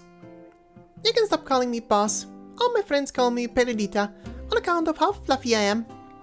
Oh, so we're friends now? Of course we are. Could you have ever found your old amigo without the help of yours truly? Talk about twisting the truth. So what should you call me now that we're friends? Anything you like. More importantly, what did Senor Isidro say? About, putting me under his protection?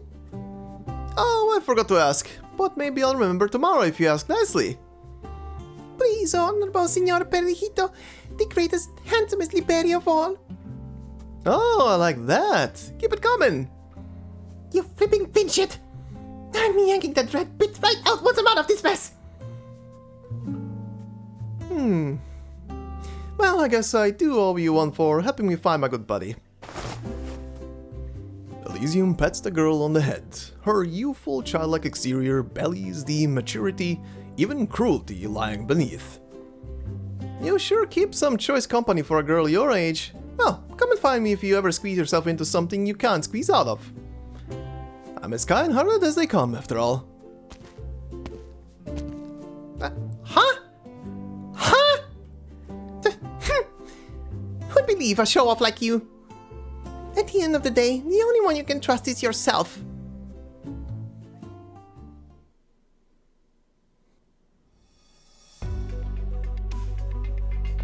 Another one, please. That's pancake. Another plate, please. Have they never eaten in their entire lives? Isn't it all so very familiar? The pride, the gluttony, the greed. Are they any different from when they raided your granary? I don't need them to change. I'm sure you're familiar with Aron, even if your previous visits have been, shall we say, less peaceful. Still, I bid you welcome and look forward to a productive discussion.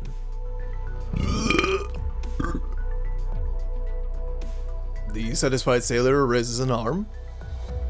Did you need a handkerchief? I'm good. Got my sleeves. Very well. Who decided to serve them fried garlic pancakes? Do you truly believe you can accept them? If it benefits the town. Now that you have eaten, it's time to talk. Can we get some more of those for takeout? Dinner is over. It's time to... Alright, you over there. No need to hide. Come here, and we'll talk. Yes, you, senor. You're the one calling the shots, right? You can't fool us. Negotiation is the calcificador's duty. Speak to Senor Silver.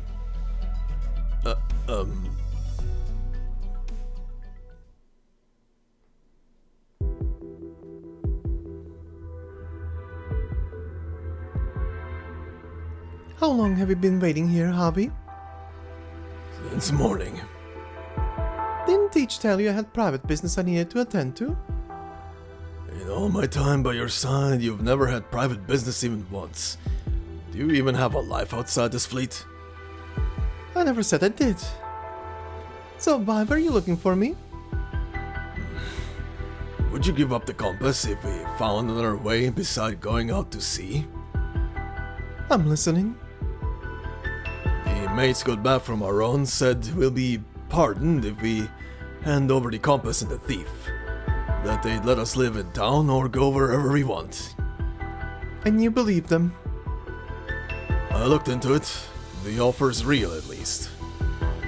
When and why wasn't I informed? Didn't want to bother you while you were recuperating. And who asked you to be so protective of me? How else would I treat the woman who raised me? I feel like it was only yesterday. Now you're taller than I am. When I was little, I used to pray to grow up faster, taller, and stronger, so that I could share your burden. Guess my wish came true. You'll always be that little boy to me, no matter how big you are. But what about my thoughts? Will you still treat them as the ideas of a little boy? No, Javi, I won't. I know it's a feeble concession, the kind that only an adult can make. But I'd sooner die than surrender to them. How many of the friends you grew up with have already died at their hands? I'll never forget, Senora Juana. My crew and I did everything for them when times were hardest. Cruz, myself, and our crew fought the Seaborn to protect them. We spared what little rations we had so they wouldn't have to feed on their own corpses. And how did they repay us? By chasing us into the salt flat as soon as the Inquisition arrived. That never would have happened to Cruz if they hadn't turned a blind eye. I will never bow my head to those ingrates. I love you, Javi. All of you. Whether you believe it or not. Just as I loved all the mates who fought alongside me amidst the waves. They're long gone, but I still see them in you all. The legacy of blood works in such mysterious ways. That's why I can never forgive them. I hope you understand.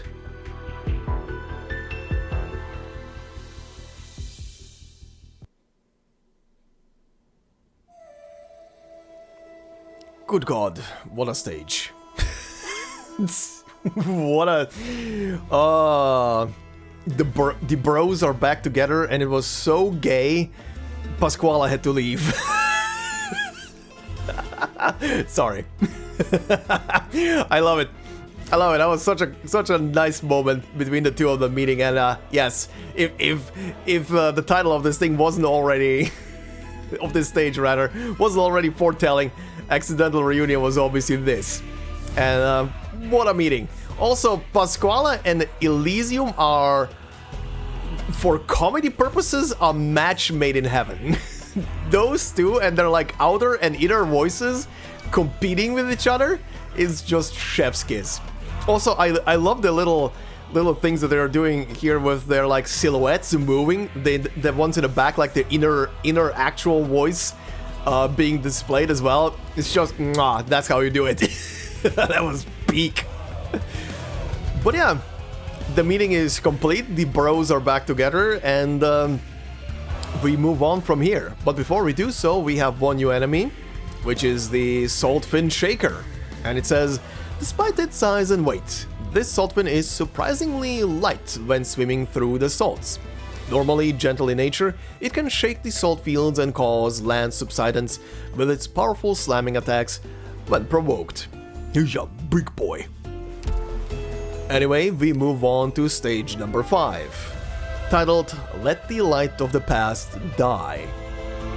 Is it a bioluminescent lure meant to attract prey, or a lantern that has burned for far too long?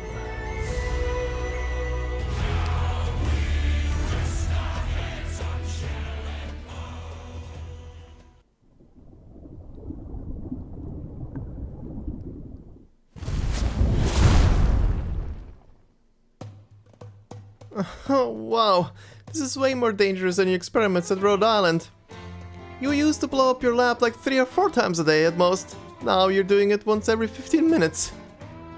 That's not the kind of data I want. Don't worry, I made detailed records of all your experiments so far.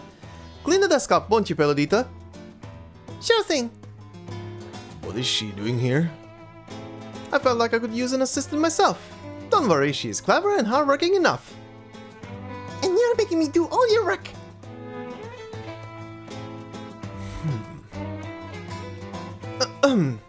how about you go and fetch some fin oil and Oriron from the warehouse? On it! Alright, she's gone. Now, what's the problem we're dealing with? We're not making much progress. The samples that I've managed to construct are well below the required standard. Really?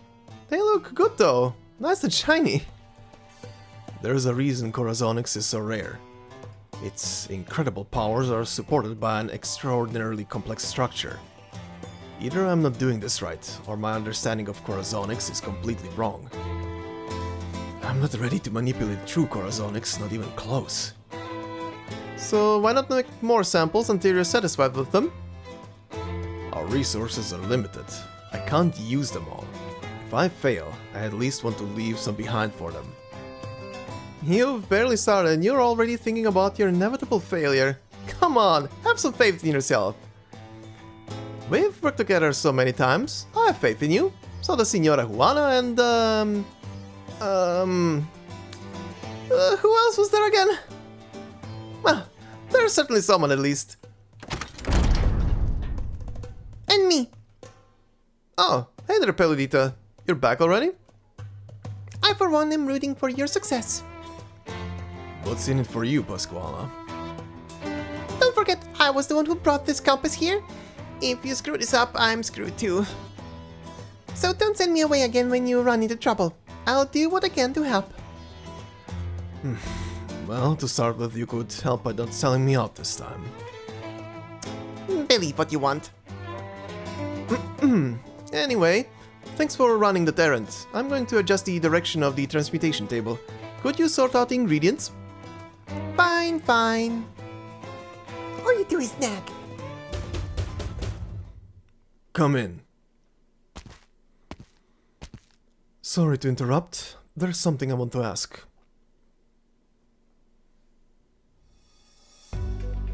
The transmission core on one of the salt ships just broke, and couldn't find any materials strong enough. I get that the boss gave you those materials for the compass, but we just need a little. How much? 100 grams. Pasquala will fetch it. Are you kidding me? That's everything we've got. Go. But Just go. We don't need it for the experiments just yet. Muchas gracias. Sorry for asking at a time like this. Senora Juana said the compass takes priority over everything else. The future of the whole fleet is on you. Isidro? Please don't say that. Is it not going well? Don't you worry, senora. It's only been a few days. He's feeling stressed, that's all. If you ask me, it's a good thing. Nothing like a little pressure to keep you sharp. Word of advice, Isidro. Whatever happens in the lab, good or bad, don't tell a soul. Resentment towards Juana has been growing for years due to her radical decisions. Many are watching closely, waiting for the slightest slip-up. Waiting for their chance to take the leadership from her. I didn't realize there would be so many complications when I agreed to repair the compass. What about you, Senora Teach? Are you one of the people watching? Of course I'm watching you, Chaval. But I don't give a sandwich's ass about the compass. I only care about Juana. If you fail, it's up to me to keep her safe and what? And keep you all from being torn to pieces by a horde of angry pirates.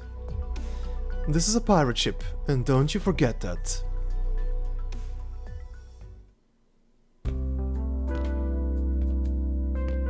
Thorns.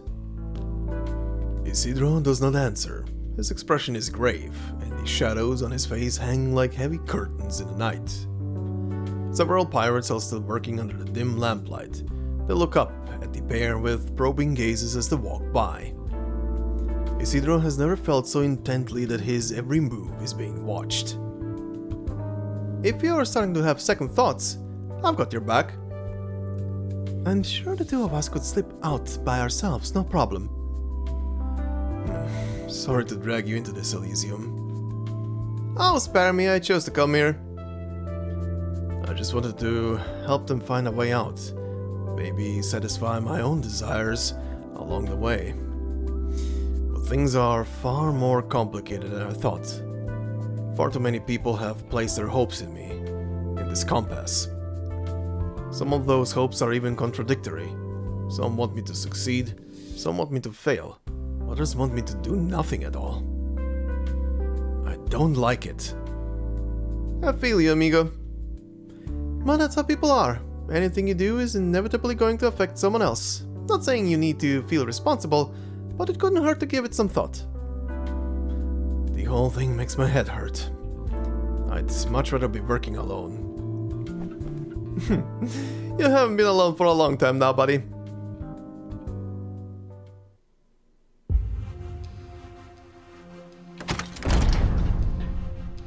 You really gave Teach all the sinew? Did Pasquala tell you? Oh, you needn't worry about that. I certainly didn't order her to show up at your lab. I realize you'd rather not be bothered. I just felt compelled to check on your progress. Do you need more sinew? Unless my eyes deceive me, that wasn't saltfin sinew. That was taken from Seaborn. But I thought you wiped out the Seaborn on the salt flat. Wait, are you going to kill it? But... Come with me. Cruz would have done the same.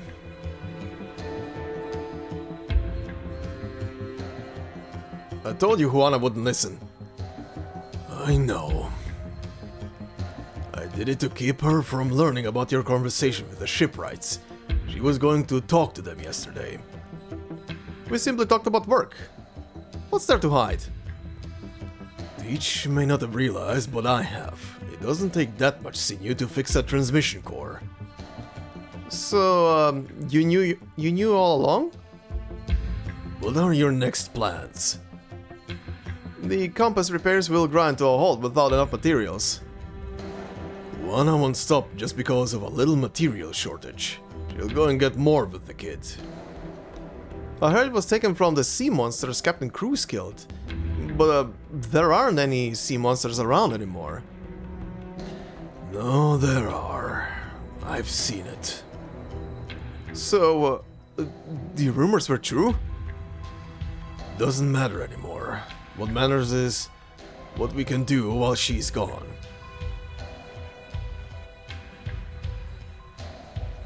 Hey, Peludita, have you seen Thorns? Did he head to the lab already? At this hour?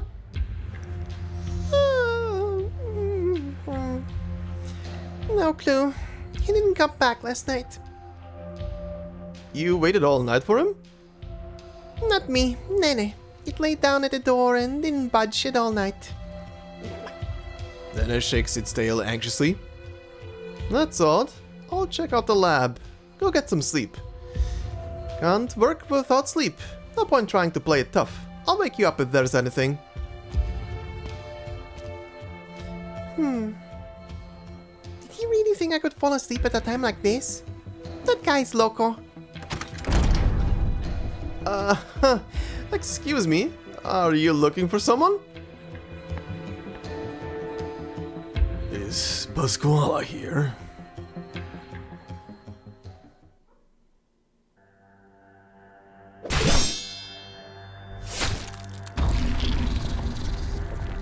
The sound of clashing swords echoes through the cave. Isidro slices a sharp arc in the air, cutting cleanly through the seaboard's flesh. Yet the creature is relentless, its appendages flailing wildly.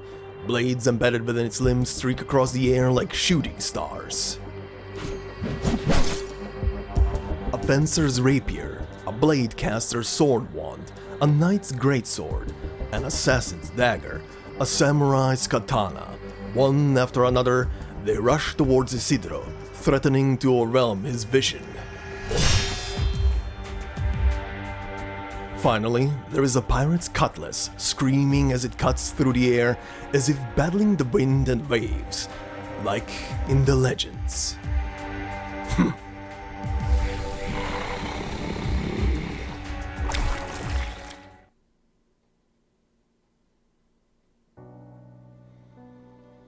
I used to ask myself every day, why wasn't I the one who was devoured?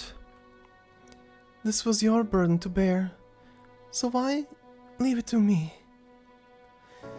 You were the one who should have sat in the captain's chair, and I should have been your helmswoman, drenched from head to toe with the ocean's spray. Oh, how I loathed you for this, Cruz.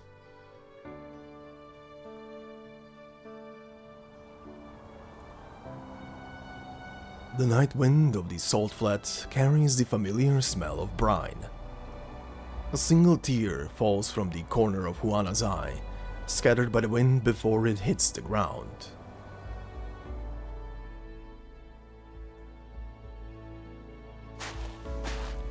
Your swordplay has already improved tremendously.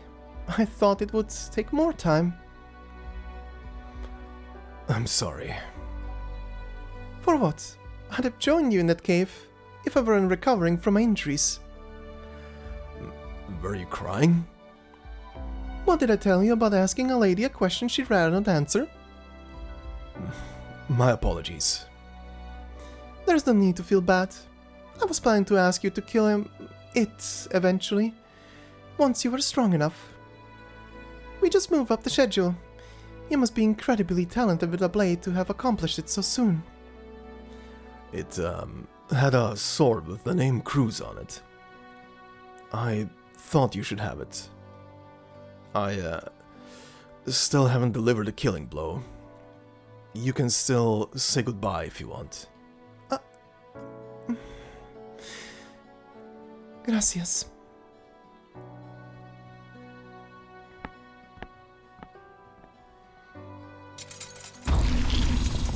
The seabone writhes, its appendages twitching as swords scrape dully against one another. But this sound soon fades, along with the seabone's feeble breathing. Juana knows that the last vestige of its life is slipping away. With its last bit of strength, it lifts itself from the ground, using these swords impaling it as support. I'm sorry for imprisoning you in this cave for so long. Your suffering will end soon. I'm glad I met that boy, so you could meet your end by the sword in an honorable duel, rather than being put down as a monster. So many have failed, but he succeeded. If he's willing to go out to sea with us, surely he would be your equal as captain. Juana approaches the creature, places a hand upon its smooth face, and gazes into its clouded eyes. It struggles as it senses her approach, but its once strong appendages betray it, and it falls to the ground. Juana holds its head and places it upon her knees. The light-emitting organ on its forehead dims. Juana is reminded of that night many years ago, when she saw a tiny sailboat from beneath the surface.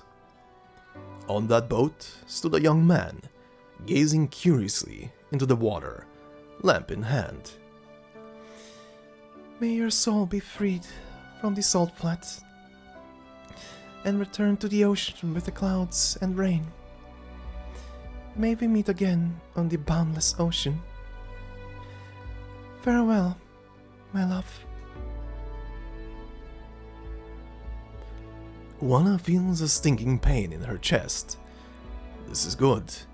It is a sign that she still lives, and has not been numbed over the past century. Deep in the ocean, in an eager city, the years pass like a single day. Deep in the salt flat, in an Iberian settlement, life is bland as water. It is only upon the waves, in strife and struggle, that her blood flows, that her heart beats. It is only then that she feels hunger, the desire to take a bite out of tomorrow and cough violently at its taste. She will bite out the shape of the future, one mouthful at a time, and down it with bitter brine.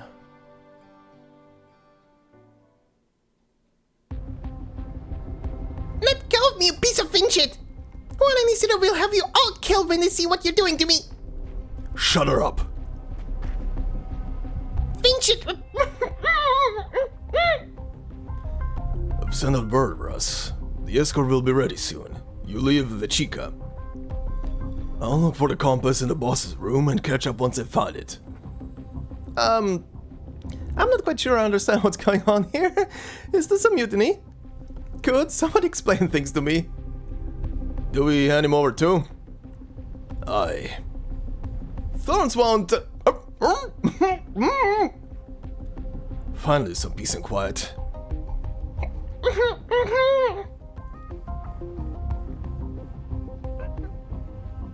Nene pokes its head out from under the table. Come on, over here! She tries to signal with her eyes, but Russ and Javier's footsteps send it back into hiding. She grits her teeth and opens her eyes wide, trying to put on the fiercest look she can muster to scare it into coming out. What? Salt got in your eyes? Just leave her be. Wish I could, but the way she's scrunching her face is an eyesore.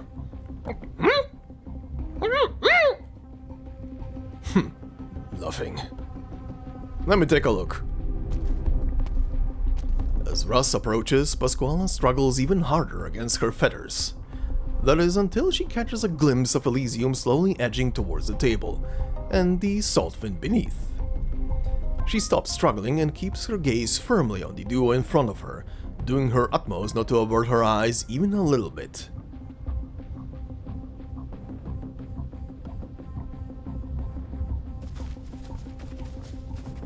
Nene, what are you doing here? What's this on your fin? That's Elysium's flag. Something must have happened back at the fleet. Let's hurry.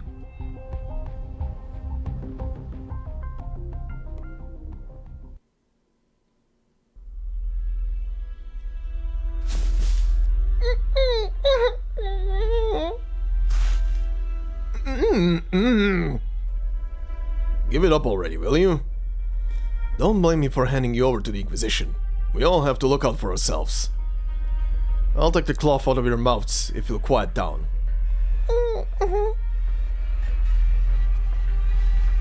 I'll be quiet. Yeah, if you know what's good for you. But even if you hand us and a compass over, that doesn't mean things will end well for you. Ever thought about that? Yeah. The bodies of your dead crewmates are still decorating the flagpole outside of town. You sure you won't end up joining them?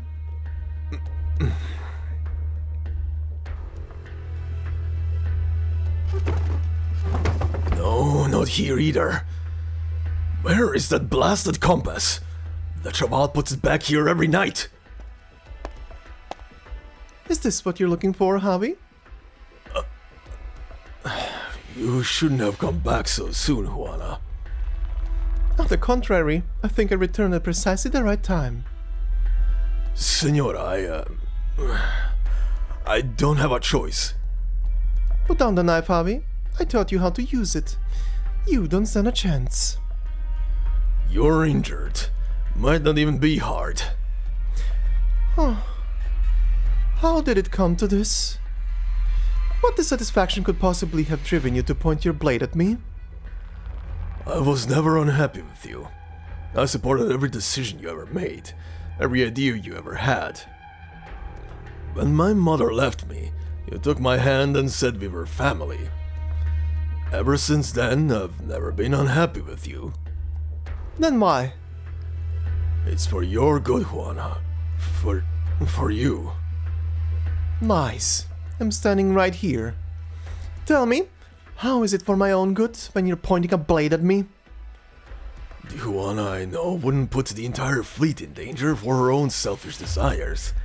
She's a brave, wise leader we can trust. You're not her. You're just a... Spit it out! Just a pathetic woman who refuses to face reality, drowning herself in the passions of the past. I've told you time and again. The ocean is not our past, it's our future. That's what you want to believe. No one else in the fleet does. The whole generation is dead. The stories they told should have died with them. Give me the compass, Juana. Don't make me take it. I'd like to see you try. Don't you understand? You really think I made the decision to hand it over to the Inquisition on my own?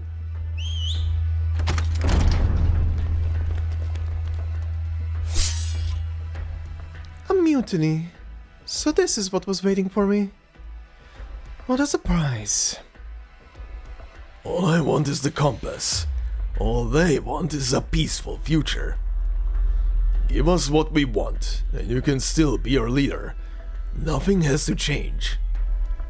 Nothing will change. Don't tell me you actually believe that, Javi. Stop fooling yourself.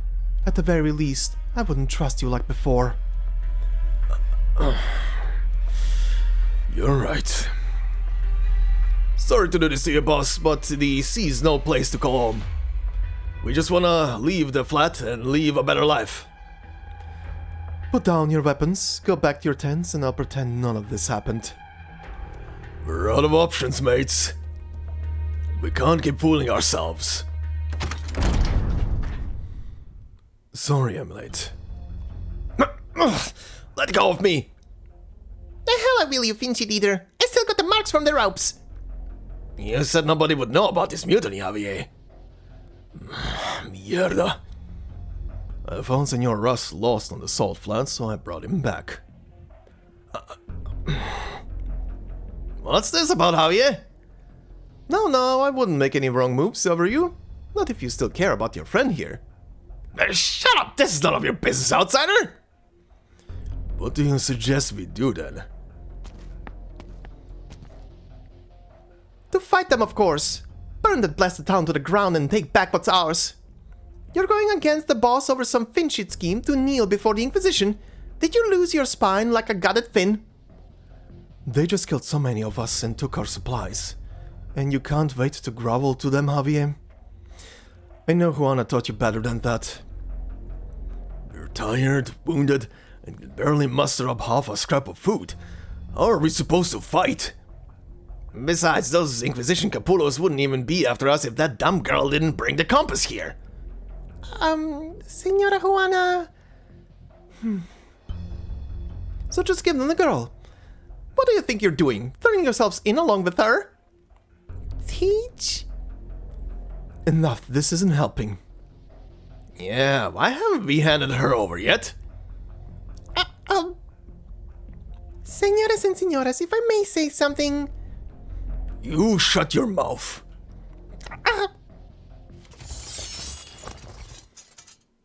Cold sweat runs down Pascuala's back as the pirates point their cutlasses at her. She gulps and tries to wipe her sweaty palms on her pants. She knows there is only ever one way to get what she wants, to fight for it with her own two hands. Come on, guys! What are you doing to one little girl? Perejito, you... So many adults in a room and the best you can come up with is to hand over a child? Enough already! Hey, I'm speaking up for you! I know, but I can speak for myself. You folks want to hand me over? Sure, why not? I get why you want to beat the Finchit out of me, and I'm sure you get why I scammed you. Violence and deception, that's how we survive, that's all we know. But you know how they do things in town. Do you really think handing me and the compass over will help you even one bit? But if you don't, the Inquisition bastards will keep hunting you, and that won't go so well for you either, no? So what's your point? We're screwed either way. 1 week. Give us 1 week to fix up that compass. Yes, I just need a little more time.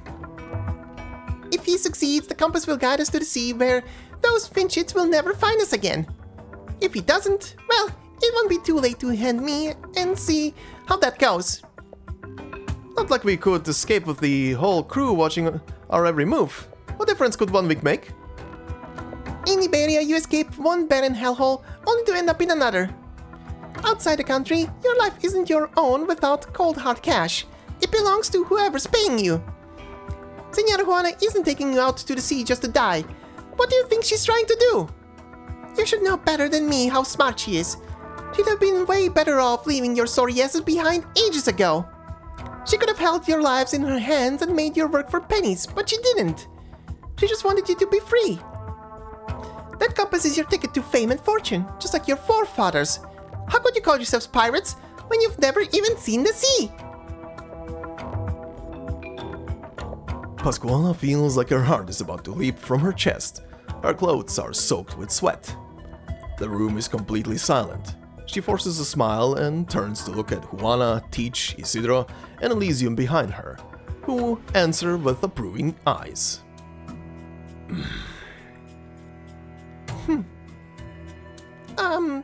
Still letting all that sink in? I got no problem with a week, but someone'll be watching you the whole time. Fine by us. Anyone else? I object. All the other sailors stay silent.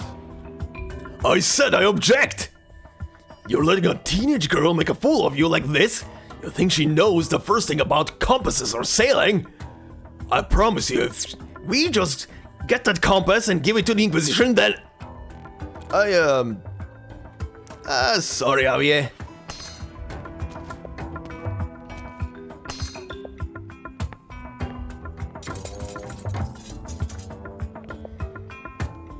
One sailor puts down his weapon, then another, then another. One by one, they walk out of the captain's quarters.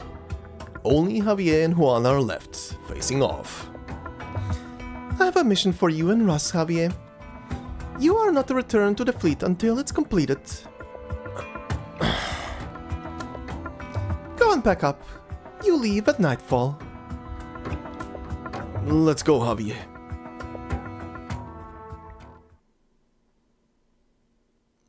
One week later.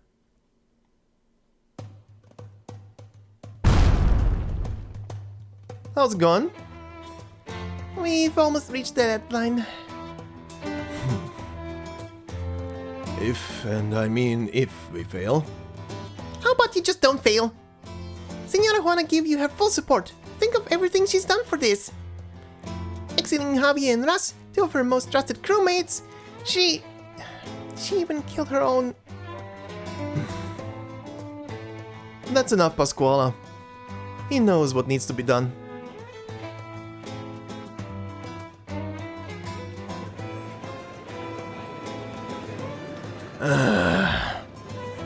Stop sighing your heart out. Today's the day. Aren't you anxious? What's the use of worrying? Just think about what life would be like if that compass really paid off. What if he fails? Man, they really packed around the room. Not even a grain of salt could slip through. I have a bad feeling about this.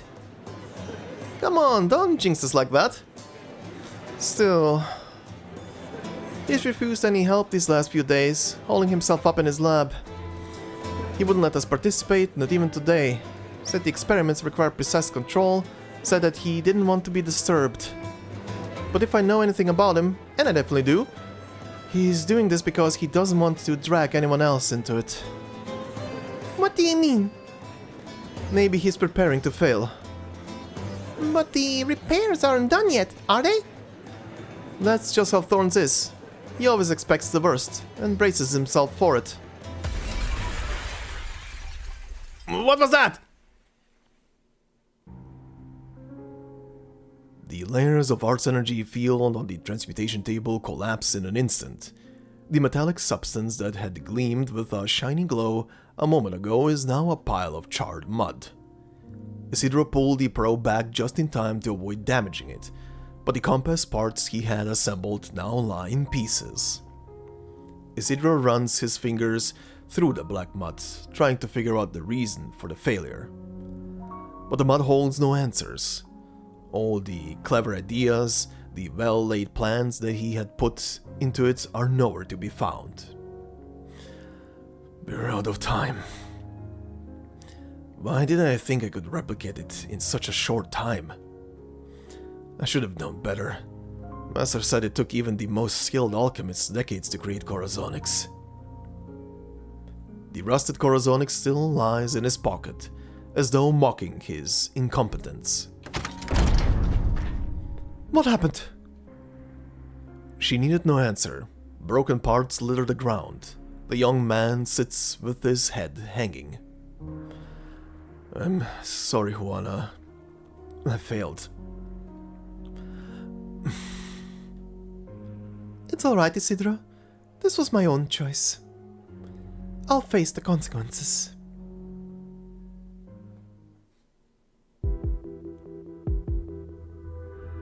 It's too risky. You heard the news. The kid failed. The compass is destroyed. All the more reason you shouldn't go. The Inquisition's demands were the compass and the blueprints for a salt ship. How are you supposed to parlay when you got neither? Nobody said anything about delivering them personally. We just need to tell them where to pick them up themselves.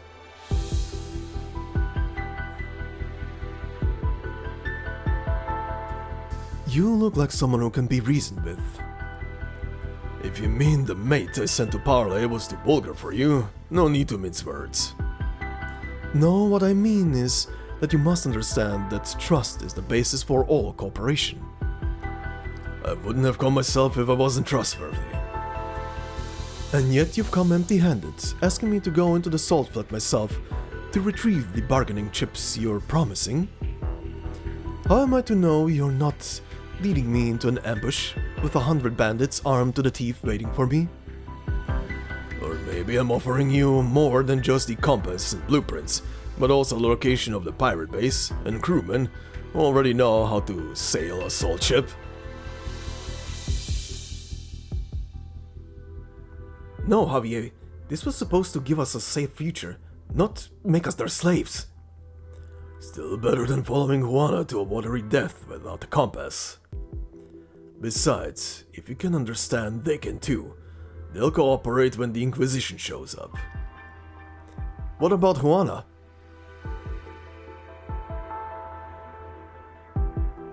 If I'm putting more chips on the table, then I need more in return. Spare Juana. You will personally lead the way. Negotiations are not over yet, Senora Lucille.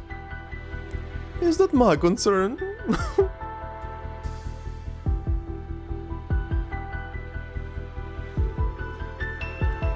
What are you thinking?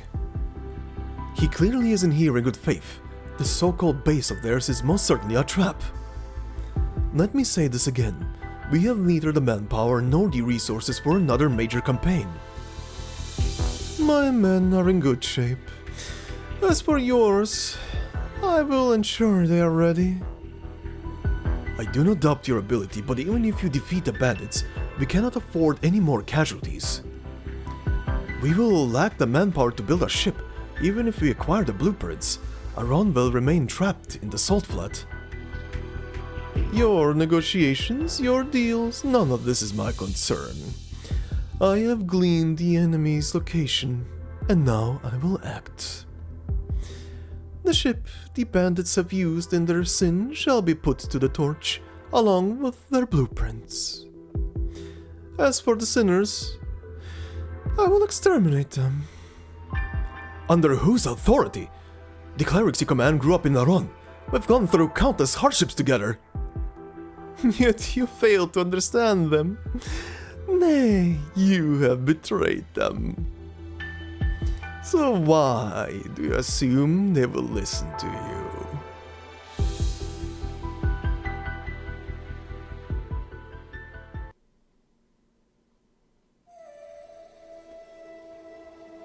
Yeah, this was definitely a stage and a story. So, yeah.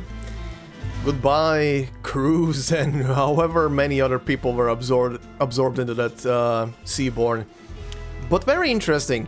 I did not expect them to actually show how the Seaborn looks, because they avoided showing him the first couple of times, and they actually had a fully designed model for this guy, which is actually surprising. I was not expecting this, because they avoided showing him once. And I was like, okay, they probably don't have a model for this guy, and they're just gonna rely on words. But no, they had a fully fledged model for the amalgamation that is formerly known as crews. And yeah, that part stung. That part actually stung with her finally being able to say goodbye to her beloved. Also, how very Little Mermaid of a story between her seeing her beloved on the surface of the ocean and swimming up to him, and then pretty much spending the rest of her days as a pirate because of him. What a love story, right? Oh, very quickly as well, a thing that I forgot to bring up, I don't think I've said it during any of the voiceover parts as well. The name that Pasquala gives Elysium, essentially, Perlijito, literally, if you just use Google Translate at least, literally translates to little redhead. So she was literal with the name. I'll also find it funny that she calls him little, considering, you know, her size. Also, speaking of Pasquala, I'm very sure the meme already exists, but I'm gonna say it despite that. If I had a nickel for every time this game introduced me to a Spanish-speaking gremlin character, I would have 2 nickels. And it is funny that it happened twice. So far. Why is it Spanish? why is Spanish the breeding ground for small characters with gremlin personalities? I love it, by the way. It's great. But yeah, mutiny happened. People are pissed at Juana. The experiment didn't go right.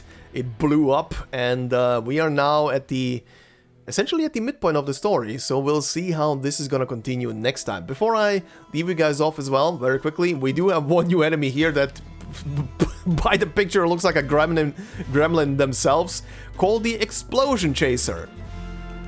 The Salt Heap Cannon is driven not by Originium explosives, but by the kinetic power of Saltfin Sinew. Dissatisfied with this state of affairs, some sailors have taken to stuffing improvised powder into metal tubes, trying to create true explosions. By the way, such a throwaway line to place here on this thing, right? But considering how everything in this world is supposed to be, you know, powered by Originium, from stuff that looks like guns to just even firecrackers probably. But here we have another very rare example of people using guns or cannons, but they are not propelled and powered by Originium, but by actual regular explosions. That's very funny to note. But yeah, anyway, this will be it for this part, and next time we'll continue. And like I said, oh, before I leave you off, I almost forgot. We have to welcome someone on board.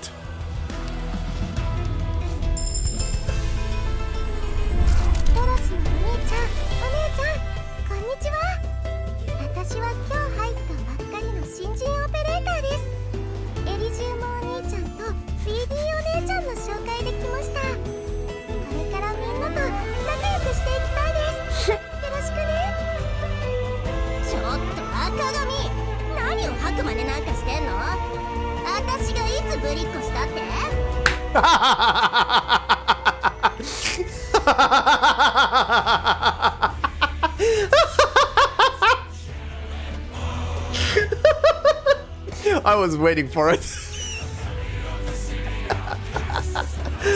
Oh shit, I'm gonna have to re-listen to that later in Spanish. Alright, but anyway, this will now be indeed it. So, as always guys, thank you very much for listening and watching. If you enjoyed, please consider leaving a like, it will help out a lot. If you're new to the channel, consider subscribing, and of course also leave a comment, that helps out a lot as well in the algorithm. If you want to support me more directly, memberships are open, and as I always say, no video will be behind a membership, it's purely there for support, and thank you very much to all the members already doing so. And yeah, hope you all have a fantastic day wherever you are, and I will see you in the next one. Until then, bye bye. Learn to catch dolphins with senoras. Ow, my aching shoulders. Yes, that's the spot. Then stomps even harder on Isidro's back. Is the fish giving you a massage? Fuck's sake.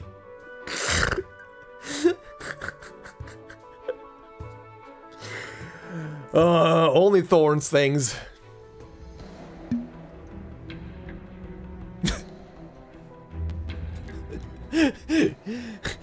Just a leisure pose after a fight with a giant fish. What else? So this is how he's gonna get the clothes? Oh, yep. Alright.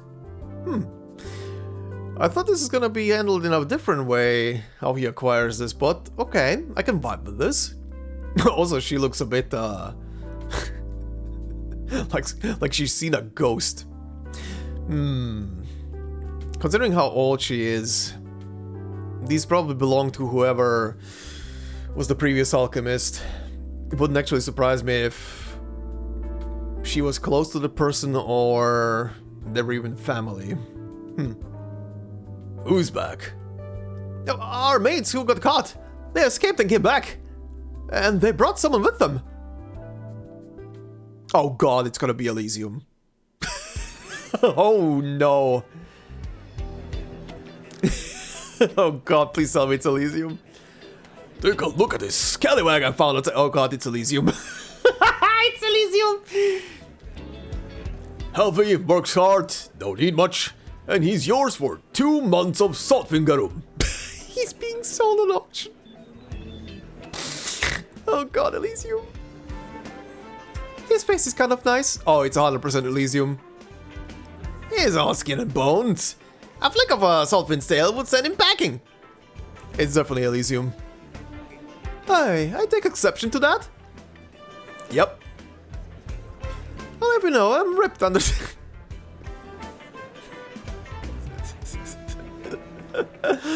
I'm having flashbacks to Ideal City right now. Oh god. I'll have you know, I'm ripped under this loose fit. Perfect timing. I was just thinking I needed a bodyguard. Oh god. Oh god. Now, what to call you? How about... Oh god, how do you say that? Hold on. I'm gonna have to... Pelirojito? Little redhead? That is amazing. Now, what to call you? How about Pelirojito for the dread streak you've got? You came to the Saltflat seeking a school of swordplay founded by a pirate, did you not? Oh. Oh. Is that who that pirate is? Oh, wait. Is it Cruz? They keep bringing the name up. Ooh. Okay, wait. Let's see. Many have attempted it, but all have become part of it. Ooh. Ooh. Along with their blades. Now I'm more confused. Why did you trap it here? Why were you looking for someone to kill it? And why do you want me to learn swordplay from it? I was never the original captain of the fleet. It was him. Oh god, it is Cruz. Oh. Are they gonna show him actually? That would be sick. Oh god, Pasquale and Elysium adventures, here we go. Oh, this is gonna be a headache. You're so nice, Pelirojito.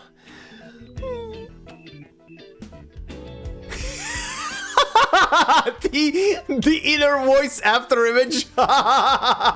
Amazing. That is an amazing image.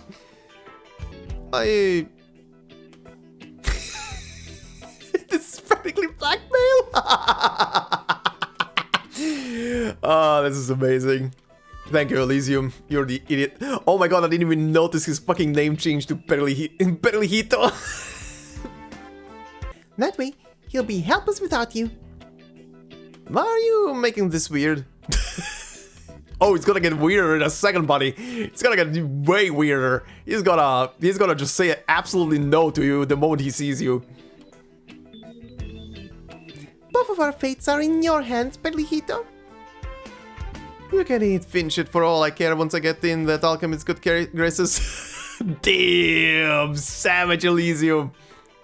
No, I'm not going. Whatever you're up to? Nothing good can come out of it. Just go in. Stop running away. Get off my shoulders. No. Ow! Stop pulling on my eyebrows. I can't see. Hey, watch where you're going. You're gonna hit the door. Good God.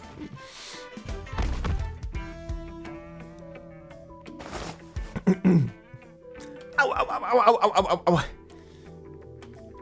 Whatever the reason for this racket, you're interrupting my work. Either I toss you out the window, or you show yourself out. Or you show yourself out. Choose. Sorry. I just want to recommend you an assistant. You mean another of those guys who couldn't tell a beaker from a flask? No, thank you. You can keep them. You sure don't mince words, do you? He's new here, Isidro. Doesn't know how things work. Don't mind him. Oh God, here we go. Oh God. The zoom in! Yes! You. Oh God. Yep, me. Is that it? Oh.